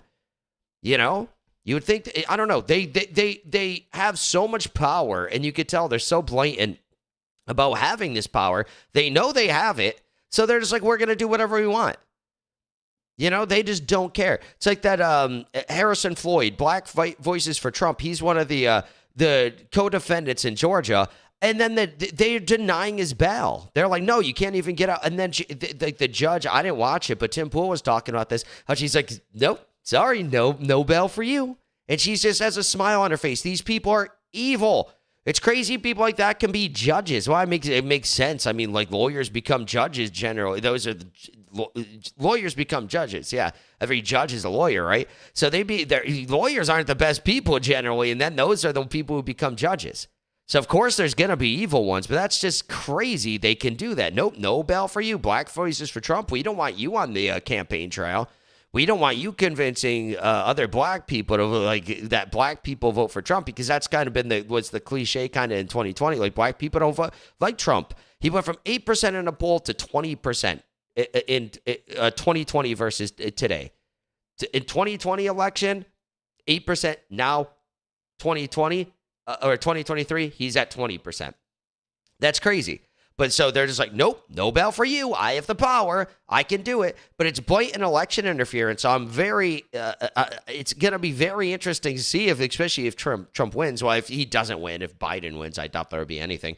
But if Trump wins, it's going to be very interesting what they can get, who they can get on election interference, right? Fani Willis, obviously. Alvin Bragg, Fani Willis, the prosecutor for Georgia. Alvin Bragg, the prosecutor in New York.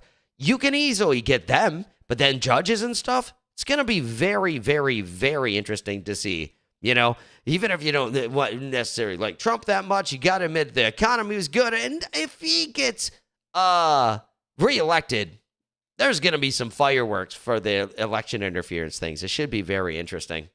But I'm going to leave it there. Let's move on to the next and final story. Disney Plus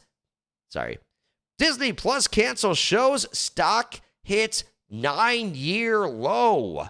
Here's a clip. Disney Plus drops 2 new shows despite finishing filming for both of them in an That's attempt crazy. to save cash, leaving fans They're devastated. done with the shows Disney and they Plus still has cancel dropped them. 2 shows, which were set to debut on the streaming giant in a bid to save cash, even after filming was completed. Fans have expressed their disappointment that live-action shows The Spiderwick Chronicles and Nautilus will no longer be a part of the company's content in a move to cut costs. They're going to be The bad film was to be anyways. a 6-part reboot of the popular children's film of the same name, already an adaptation of a book series, and the latter was set to be a prequel to 20,000 Leagues Under the Sea. Is there even anything on Disney Plus? I mean, I know I have a lot of parents that watch me, and there, there's still a lot of good Disney content that exists, especially the older stuff. Where else are you going to watch, put on the 4th straight Toy Stories and not have to worry about it? Things of that nature. Finding Nemo. Things like that. Films that still have a pretty good message and are relatively, I mean, everything family-friendly and Disney's safe exclusive on Disney Plus. So, I mean, there over is some good stuff on there indoctrination. throughout the years. So Not I understand why nowadays, parents but have it, but like new for stuff. me, It's I have awful, it for but- the channel, right? So when She-Hulk comes out or whatever the case may be, I can watch it and horror. So at least I can not be a hypocrite and not even watch the show. But Yeah, I do didn't think watch it's it. interesting. Forget that. I Sounds can't awful. even name anything I would watch on Disney Plus. I legitimately I don't really can't. understand what he's saying. Like, I don't understand what he's saying. You're a hypocrite just because you don't watch She-Hulk and talk trash about it, I guess, is what he's saying. But I'm not going to be watching that stuff, news channel or not. I'll just talk trash. I've seen clips and it looks awful. So how about, no, I'm not wasting my time doing that. The 2008 Spiderwick Chronicles movie was based on Don't Really Care. Also, Don't Care. This really sucks. I was really looking forward. Dang, I love those books. You're probably better off. Definitely. If you actually really like the original. If they canceled it and are putting it out even after it's done filming, they know it's woke and is not going to gain traction. If they thought it was good and thought it was going to gain traction for Disney Plus and get subscribers, get them on there and actually get good reviews, they wouldn't have canceled it after filming. All they have to do is edit and put it up.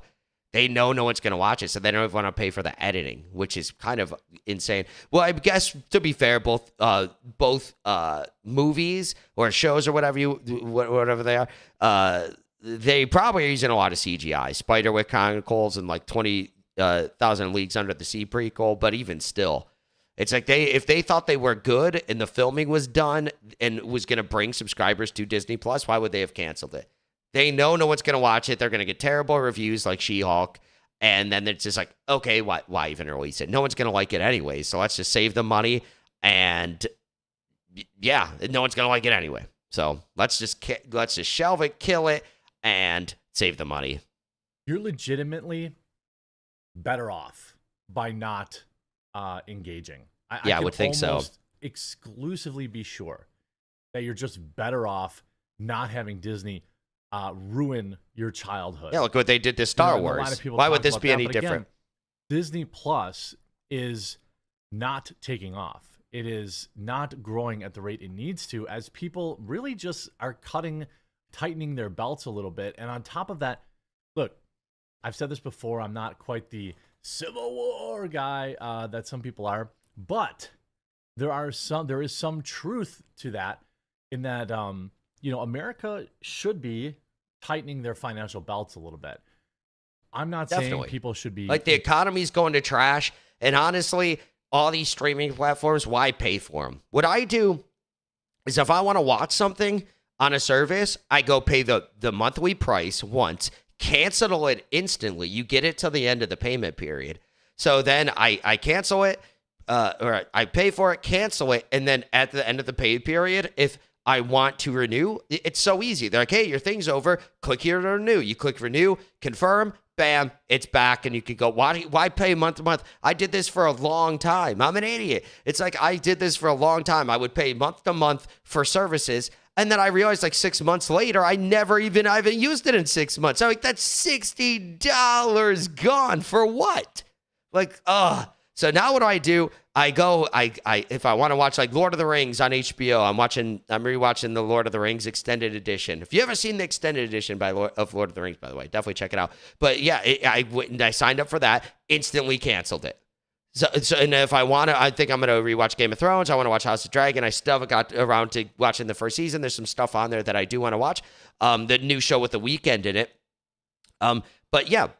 What if I don't end up watching it? And what if I delay watching that because I get busy for 3 months? and now I just paid $30 when I could have paid 1 month. So, good tip here. Expert tip from David Carson. Just go sign up for it, cancel it, and then just click real quick. If you want to renew your subscription, click that, click confirm. Easy. You just do that once a month. It takes 30 seconds, and you probably are going to save yourself a lot of money. Panicking or, doing anything like that. But I am saying that I think it's safe to say that tougher times are coming. And they're here. The smarter decisions you can make now by just living within your means will make it much easier later when others. Well, even if it wasn't time to tighten your belt if the economy wasn't bad. Why, like I was just saying, even when the economy wasn't bad, I'm an idiot. Why was I just paying for the stuff I wasn't using? If you're not going to use it anyways, why? It's not like it's cable. Like cable, they make you pay all this stuff for ESPN and these sports stars and stuff for cable. They get a portion of it. You don't have to do that. And a lot of people are saying now with streaming services, they're paying more from their subscription. But if you really break it down, there's portions of the cable subscription you can just cut off. And you can cut it all off if you want to. If you're not using it, just cut it all off. If you're not using it for the month, you go out camping or you go hiking with your family, you go on a trip, something like that, just cut it off. You just saved yourself a bunch of money if you're just cutting them all off. What if 2 of those services would have renewed when you're on vacation for 2 weeks, and if you're not using them on that vacation, right, you just saved yourself 2 weeks of using it when you wouldn't have used it anyways. You know what I mean? So when you look at, I have 5 streaming services, right? And you're like, I have really only used Netflix, and even that I don't use that much. It's easy to cut 4 or 5 of them. And by the way, you can always sign up month to month for them. Yeah, that's what I was so just saying. Show comes out, you can watch it, binge it, and move on. That's what people really And again, it's a pro tip here. Again, sign up and then cancel just in case. Like I was just saying. And sign up, cancel, and then you can just renew it easily. Instead of just binge watching the show and be like, okay, I'll cancel when the show is done. You still get it for the entire month if you cancel it instantly. You still get the whole month until the next payment period. So why not? Services. Bob Iger now told to sell Disney park assets due to major stock price dips. Yeah, whoever's telling him this is an Walt idiot. Disney Company has been falling short on Wall Street for the last several weeks. Their parks are the only asset that's actually making them money. Whoever said this, what are you talking about? The parks are the only thing making them money. It's on a slump right now because people just aren't fans of Disney, I'm guessing, and the economy's bad and it's way overpriced. So, yeah, that's a thing. But even still, the parks still make money. That's their biggest money maker is their parks and their cruise line. Disney Plus is losing them money, and that's gaining them money. Why would you sell that? Whoever told them this, it's really interesting. But let's dive more into it. What are they saying? Third low of $83. A lot of we also these get into their financial stock issues price can be attributed to the recent struggle Disney has faced over the past few months and years. There's no doubt that the Walt Disney Company has faced some of the biggest challenges and obstacles it's ever faced in just the last 5 years. Of course, yeah, just the because they lockdowns were unprecedented. Oh, that too, I affecting the lives guess. of every person on the planet. 2020 was a brutal year, not just for Disney, but for everyone. However, the Disney parks and resorts... Yeah, and you would think with Disney Plus being out during the pandemic, they would have made record high numbers. Nope. The parks being closed, like I was just saying, it just proves it.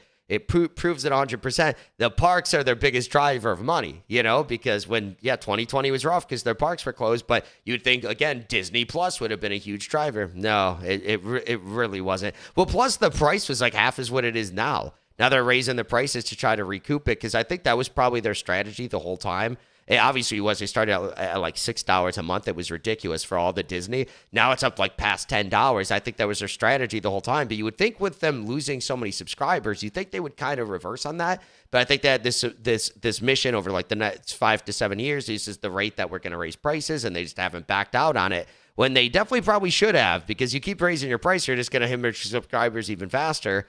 Wouldn't it be better just to wait a few years and keep those people you have potentially? Well, they probably just don't think they're going to.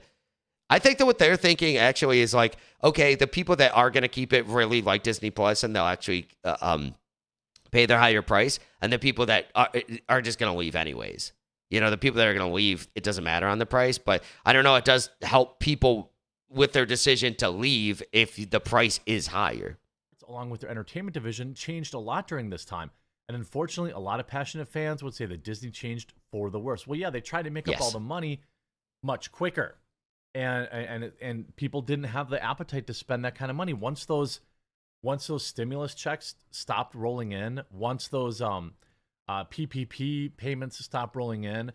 A lot of people had a lot less expendable cash, and they went back to work, and now they're working for their money, and they don't want to give it to Disney. And who could blame them, really? And you end up with the situation that they're in right now. And look, you could talk about the lockdowns affecting the park revenue, and you would be correct. I mean, they were literally not open.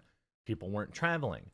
But you could also point to the fact that they conveniently launched Disney Plus right around that exact same time. I wonder, some people think, I don't want to make any guesses about whether or not they knew anything, but it was no, I don't think they did.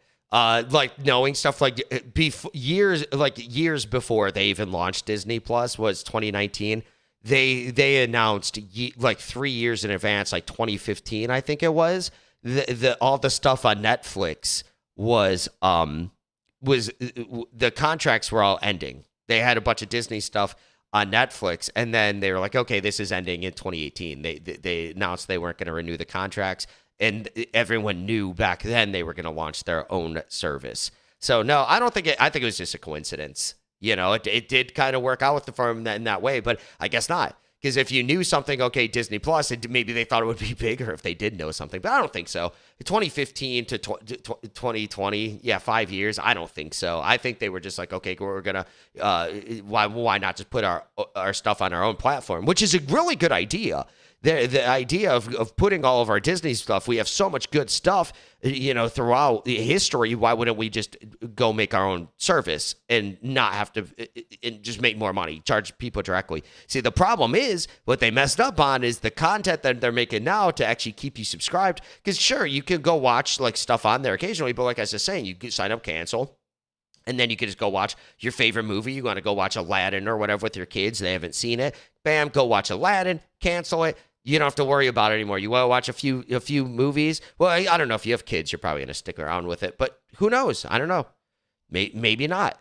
My point is all the new stuff, it's not even good. So you can go watch the old stuff once, and then what's keeping you around? Now, if there's good new stuff all the time. I remember I was watching they made a Mighty Ducks series, and Gordon Bombay's in it. It's awesome. I wouldn't watch it. I was like, oh, this sounds interesting. I was just poking around on there. And I was like, okay, cool. New Mighty Ducks series. And then Gordon Bombay's in it. Amelia Estevez is there. I'm like, oh, man, he's actually here?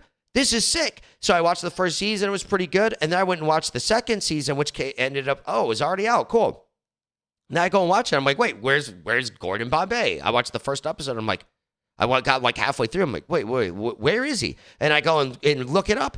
Oh, creative differences. He hated the new season because it was too woke. So he left the show. How disappointing. And he was disappointed. And he hasn't acted, Amelia Estevez hasn't been on anything for a long time, like consistently. A long time. Over a decade, right? He used to premiere or guest star on 2.5 Men. But before that, Mighty Ducks 3 in the 90s. So they bring him back. They got him to come back to acting. Good first season, really solid. And they were talking about having Joshua Jackson, who played Charlie in the first Mighty Ducks and everything. Awesome. They were going to bring him back. It was going to be great. But then the creative differences with Amelia Estevez, he doesn't want to come back. It's probably complete trash. So, he doesn't want to come back. And now they canceled the show. No one wanted to watch it without him. I didn't want to watch it. I didn't even care, to be honest. When I started watching it, I didn't know he was even in it. But then once he was in it for that first season, I'm not going to watch this. So then they canceled it. What a shame. I loved Mighty Ducks growing up. Awesome. I love those movies. I loved hockey. I'm from Detroit area. Hockey town. Red Wings won like 4 Stanley Cups in 15 years. 2 in the 90s. I think 2 in the 2000s. So it was awesome. Like, hey, Mighty Ducks and all that stuff. And then it's just like, okay, you bring it back. Awesome. Nostalgia feeling. Great show. I'll keep paying for Disney Plus. Month after month, if you have stuff like this, and then bam, they just ruined it. Nope. All of that, what could have been, it's so disappointing. What could have been. But then they ruined it because they're woke. But anyway, let's get back to the clip. Really convenient that when everybody in the world was going to be stuck at home, they were launching a new streaming service. Like I said, coincidence on that.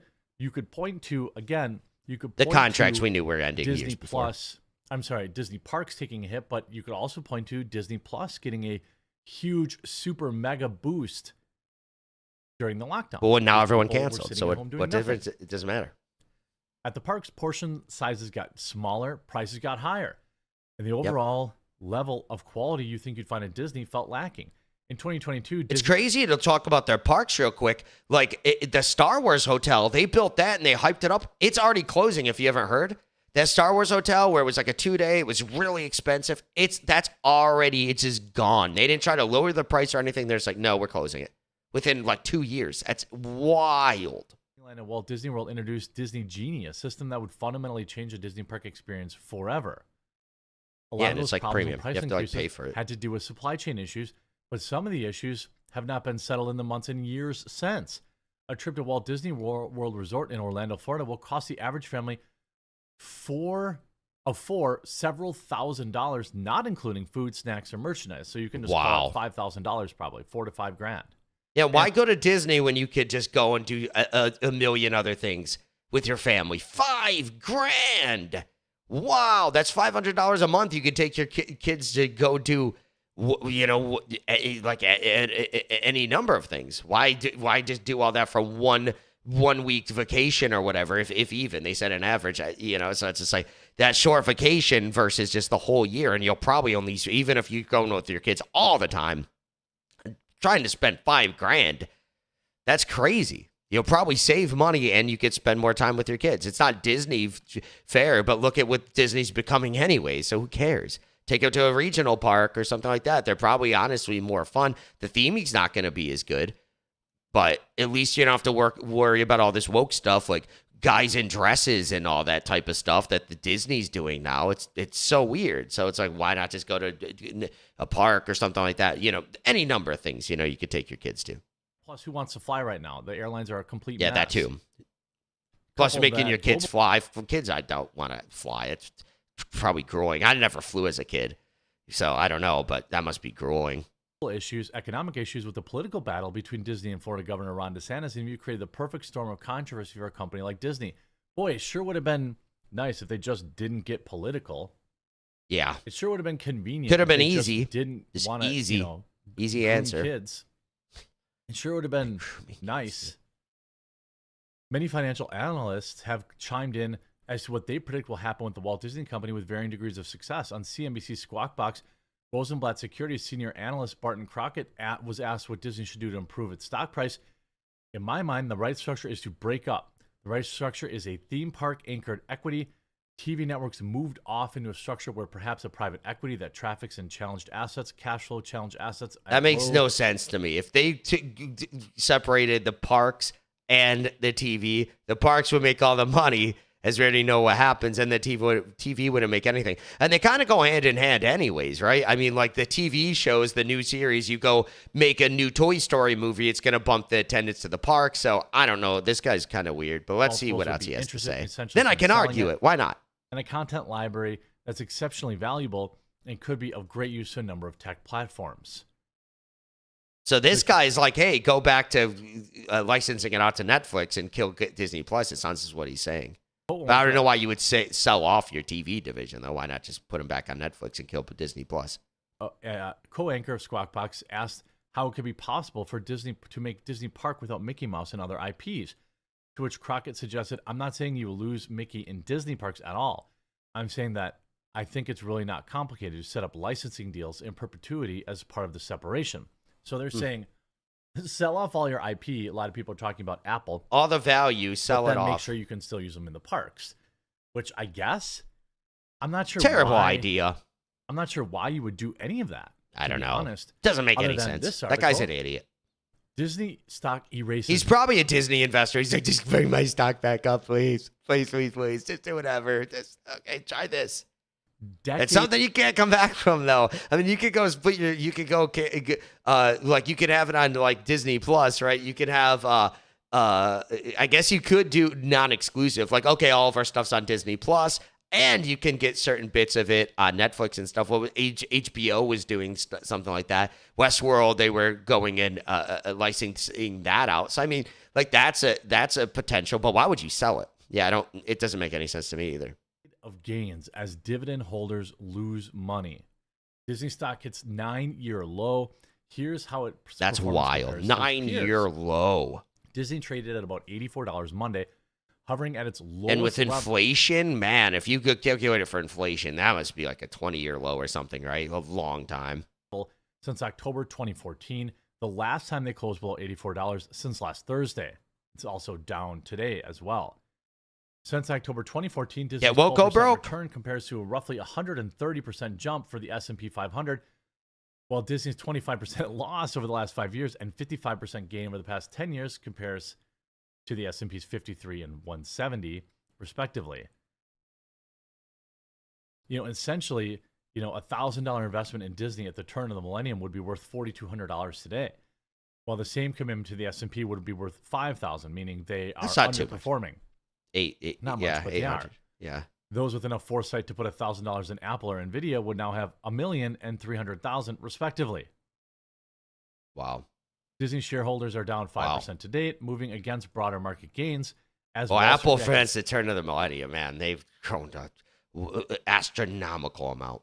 Sourly to the slip in subscribers for the firm's paid Disney Plus streaming service, which lost $512 million last quarter. Wow. Some comes after Disney posted its worst. $512 million in one quarter. How are they even losing all that? What are they doing? Like, about servers? Is it server costs, like infrastructure? How are they losing $500 million in a quarter when they're producing the content? $500 million. That's how? They own all of the content. And all the content they're producing sucks. It's really interesting. It's like to stop making content, really, and just cut your server costs. And how are you going to lose money? Marketing, maybe? What are they losing money on, I wonder? 48 years in 2022, shedding that 34% amount as investors largely. $500 that's $2 billion in a year. Why? What?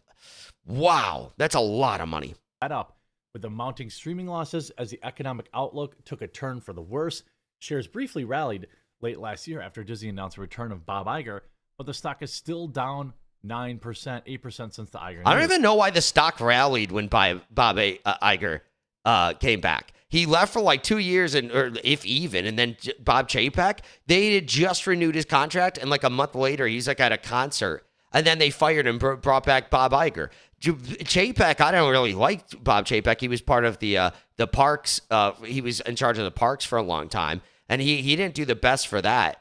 You know what I mean? So he just used IP. He didn't do anything original for the Disney parks. And then he got in charge, but in his defense, he only had 2 years. And then they're like, no, this isn't going well. The stock is falling. Iger started all this stuff. And then he just dipped out during the pandemic. He's like, oh, no, pandemic. I'm going to take this time to leave. He probably saw the writing on the wall. It's interesting he actually came back.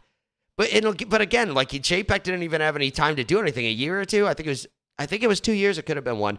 But yeah, 1 to 2 years, and then then they just fire him. And like Iger needs to come back. When he started all of this, Chapek didn't even have a chance to really push anything because it was like during the pandemic. And apparently, according to Bob Chapek, the new guy, he said that it was like a civil war in Disney. You had the Chapek guys, and half of the people were Iger guys. So he was all just fighting that year or two that he was there anyways. And again, Iger started all this stuff that started making it all go downhill before the pandemic. Look at the Star Wars movies, the new trilogy. That happened before the pandemic and before Chapek even got in there. And that was the start of the downfall. Disney stock now, it's up 10 cents, but it's heading back down. 10 whole cents. I mean, if you look at, this is big yikes. This is far more complex. Wow, look at it go down.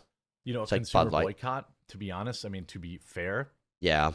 But this is all downstream of people saying no to Disney, stopping to go see the movies. Disney has broke even or lost money on their last, 10 or 12 films in a row or cumulatively.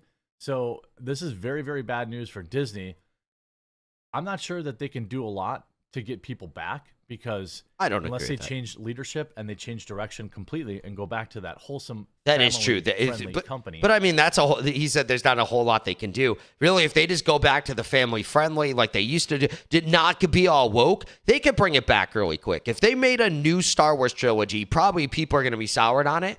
at first they're like, oh no, they're going to ruin it. But if it comes out and it's really good and great reviews, people will forgive them. And that goes with anything. But all the woke stuff they keep bringing out, and now you just expect they ruined it for themselves because now they went woke for so long. You just expected to be woke. A new Star Wars, they're bringing out some new Star Wars series that features some woman Jedi. I instantly just think it's going to be woke, right? It's just going to, I don't really care if a woman is the hero, the main character. That's how the new Star Wars trilogy was with number 7. I didn't mind that at all. I didn't even watch the 2 after that, 8 and 9, I guess they would be, because I heard really bad things. All the guys are idiots. The women are so smart. They just know way more. I was like, this just sounds dumb. So I just skipped that whole thing. But the first one of the trilogy and the 7, I wouldn't watch that twice in theaters. I thought it was great. I'm not even like the biggest Star Wars fan. Like I love the idea of Star Wars, but the first 3 too old. I was born in '88, so I always thought they were too old. And all the problems with the prequels that people have, but I thought they were okay. So I was like, okay, cool. Now I'm an adult. They're gonna do it really well because it's Disney, and that was because what they did with the Marvel films. I loved Iron Man. I liked Avengers and everything at the time. And then first one was pretty good. And a lot of people said, well, I didn't like the first one of the trilogy because it was basically, A New Hope, but kind of just remade. I didn't mind that. I thought that was actually kind of cool. I was like, okay, cool. You go back to your roots and now you can change. But then they changed apparently for the worse because, again, I didn't watch them. And look at that word of mouth. I was so excited for the first one of that trilogy, and then I heard about the second one and how bad it was.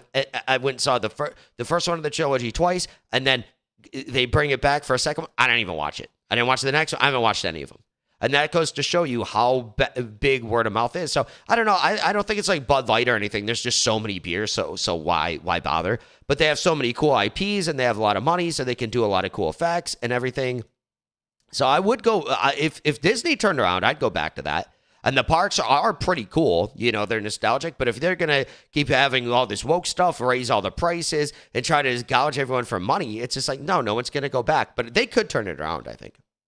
That's so many pretty fell in easily. love with originally, rather than some weird political pushing ideology company that everyone hates. Yep. I hope you enjoyed this video. If you did. Yep, exactly.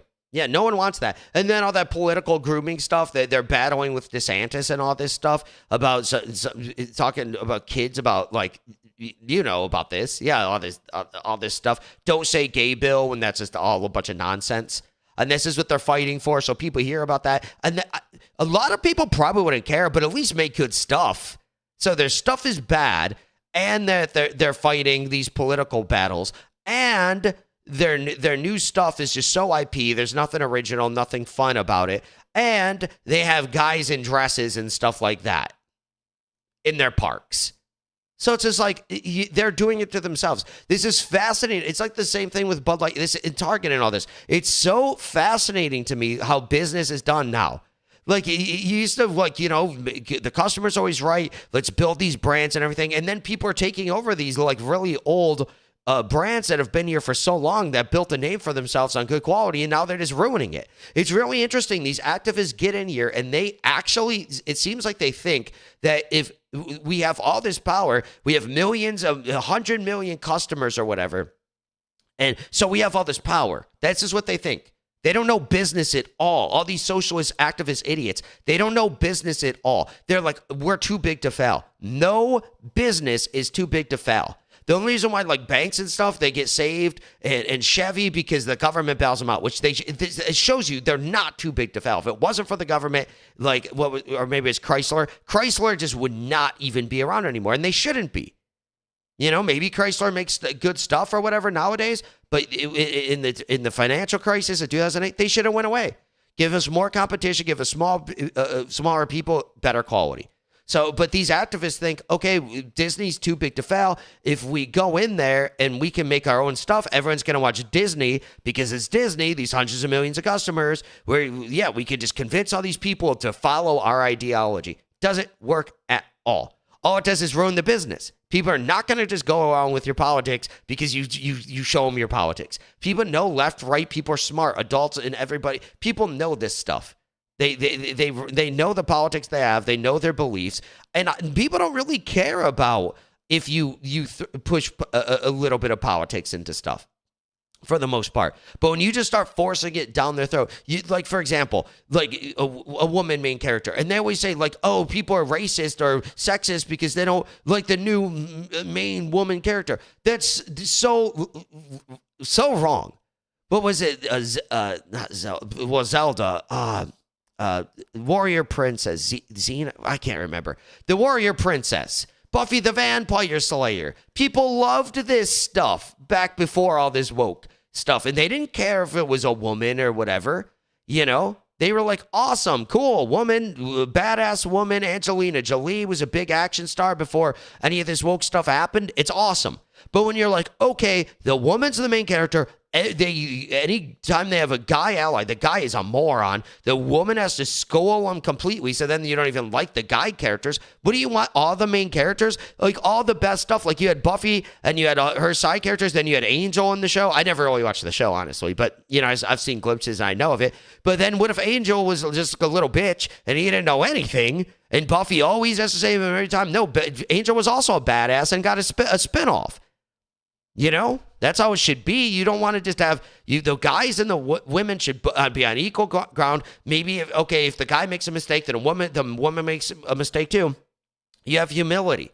But like that She-Hulk, I didn't watch it, but I've seen clips of it. And then like Bruce Banner, he did all this training. The woman She-Hulk, she just goes and destroys him, and he's better than him instantly. Even though he's been Hulk for years and trained all that. No, it doesn't matter. The women's always better, just instantly better.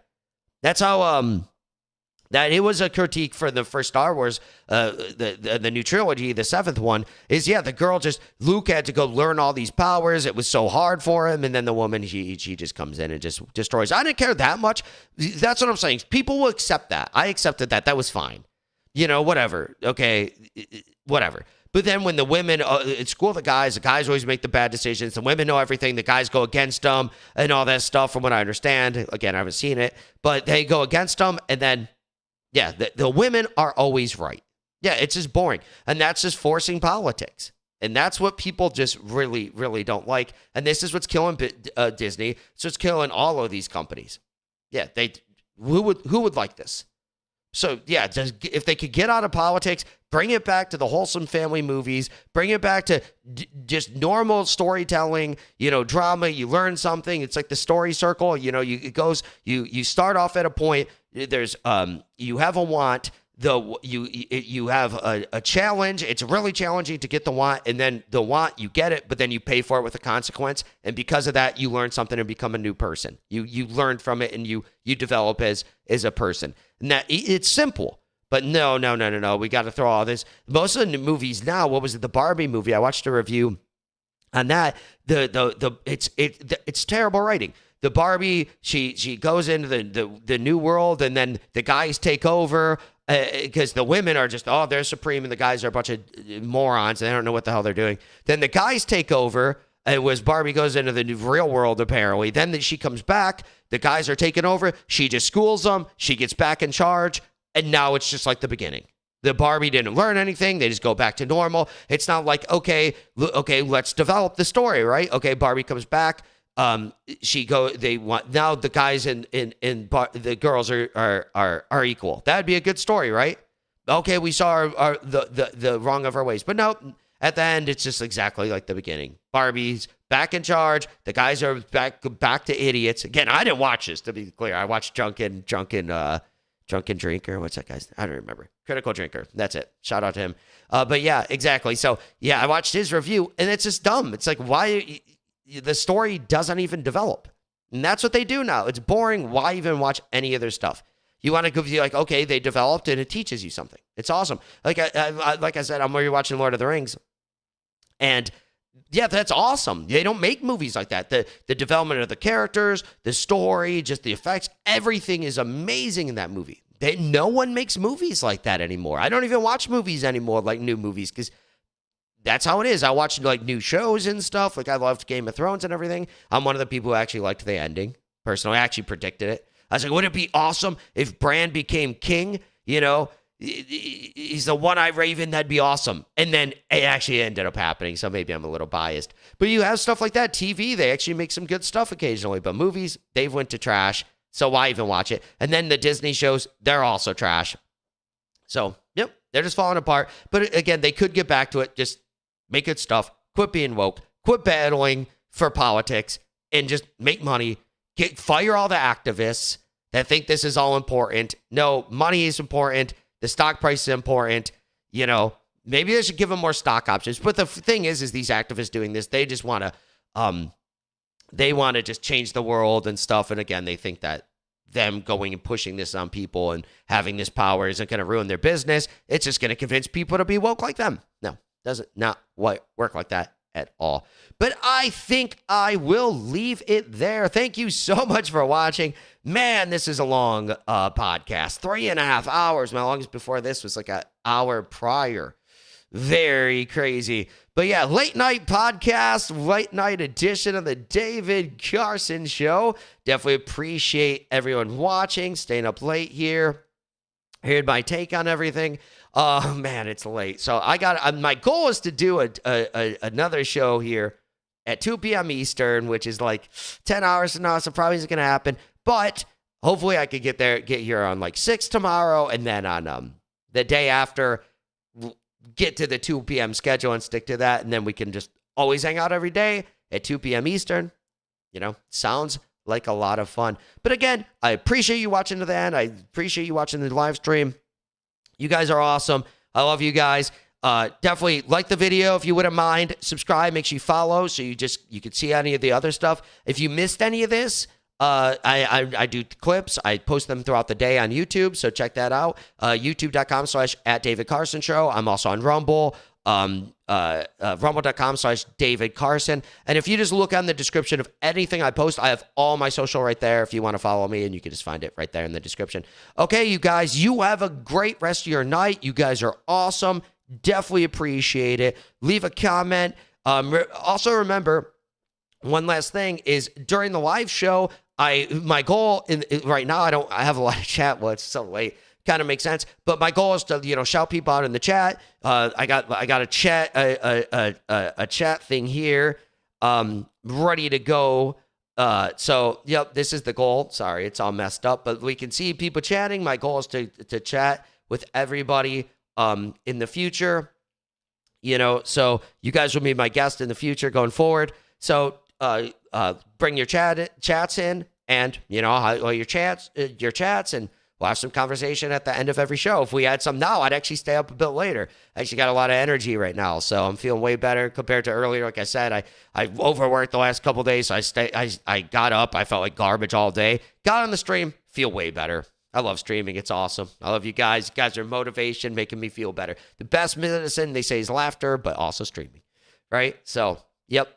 But yeah, come in, join the chat. We'll have some conversation in the future. I'm going to be doing this full time going forward. I love doing this. It's really fun. I'm starting to make some money on it. So yeah, why would I stop? It's awesome. So yeah, going forward, come into the chat whenever you see me. Subscribe, follow, whatever the platform is. I'm on all the live streaming stuff again. Check the description. You can see all that stuff. But with that, you guys have a good night, and I'll catch you tomorrow. Cheers.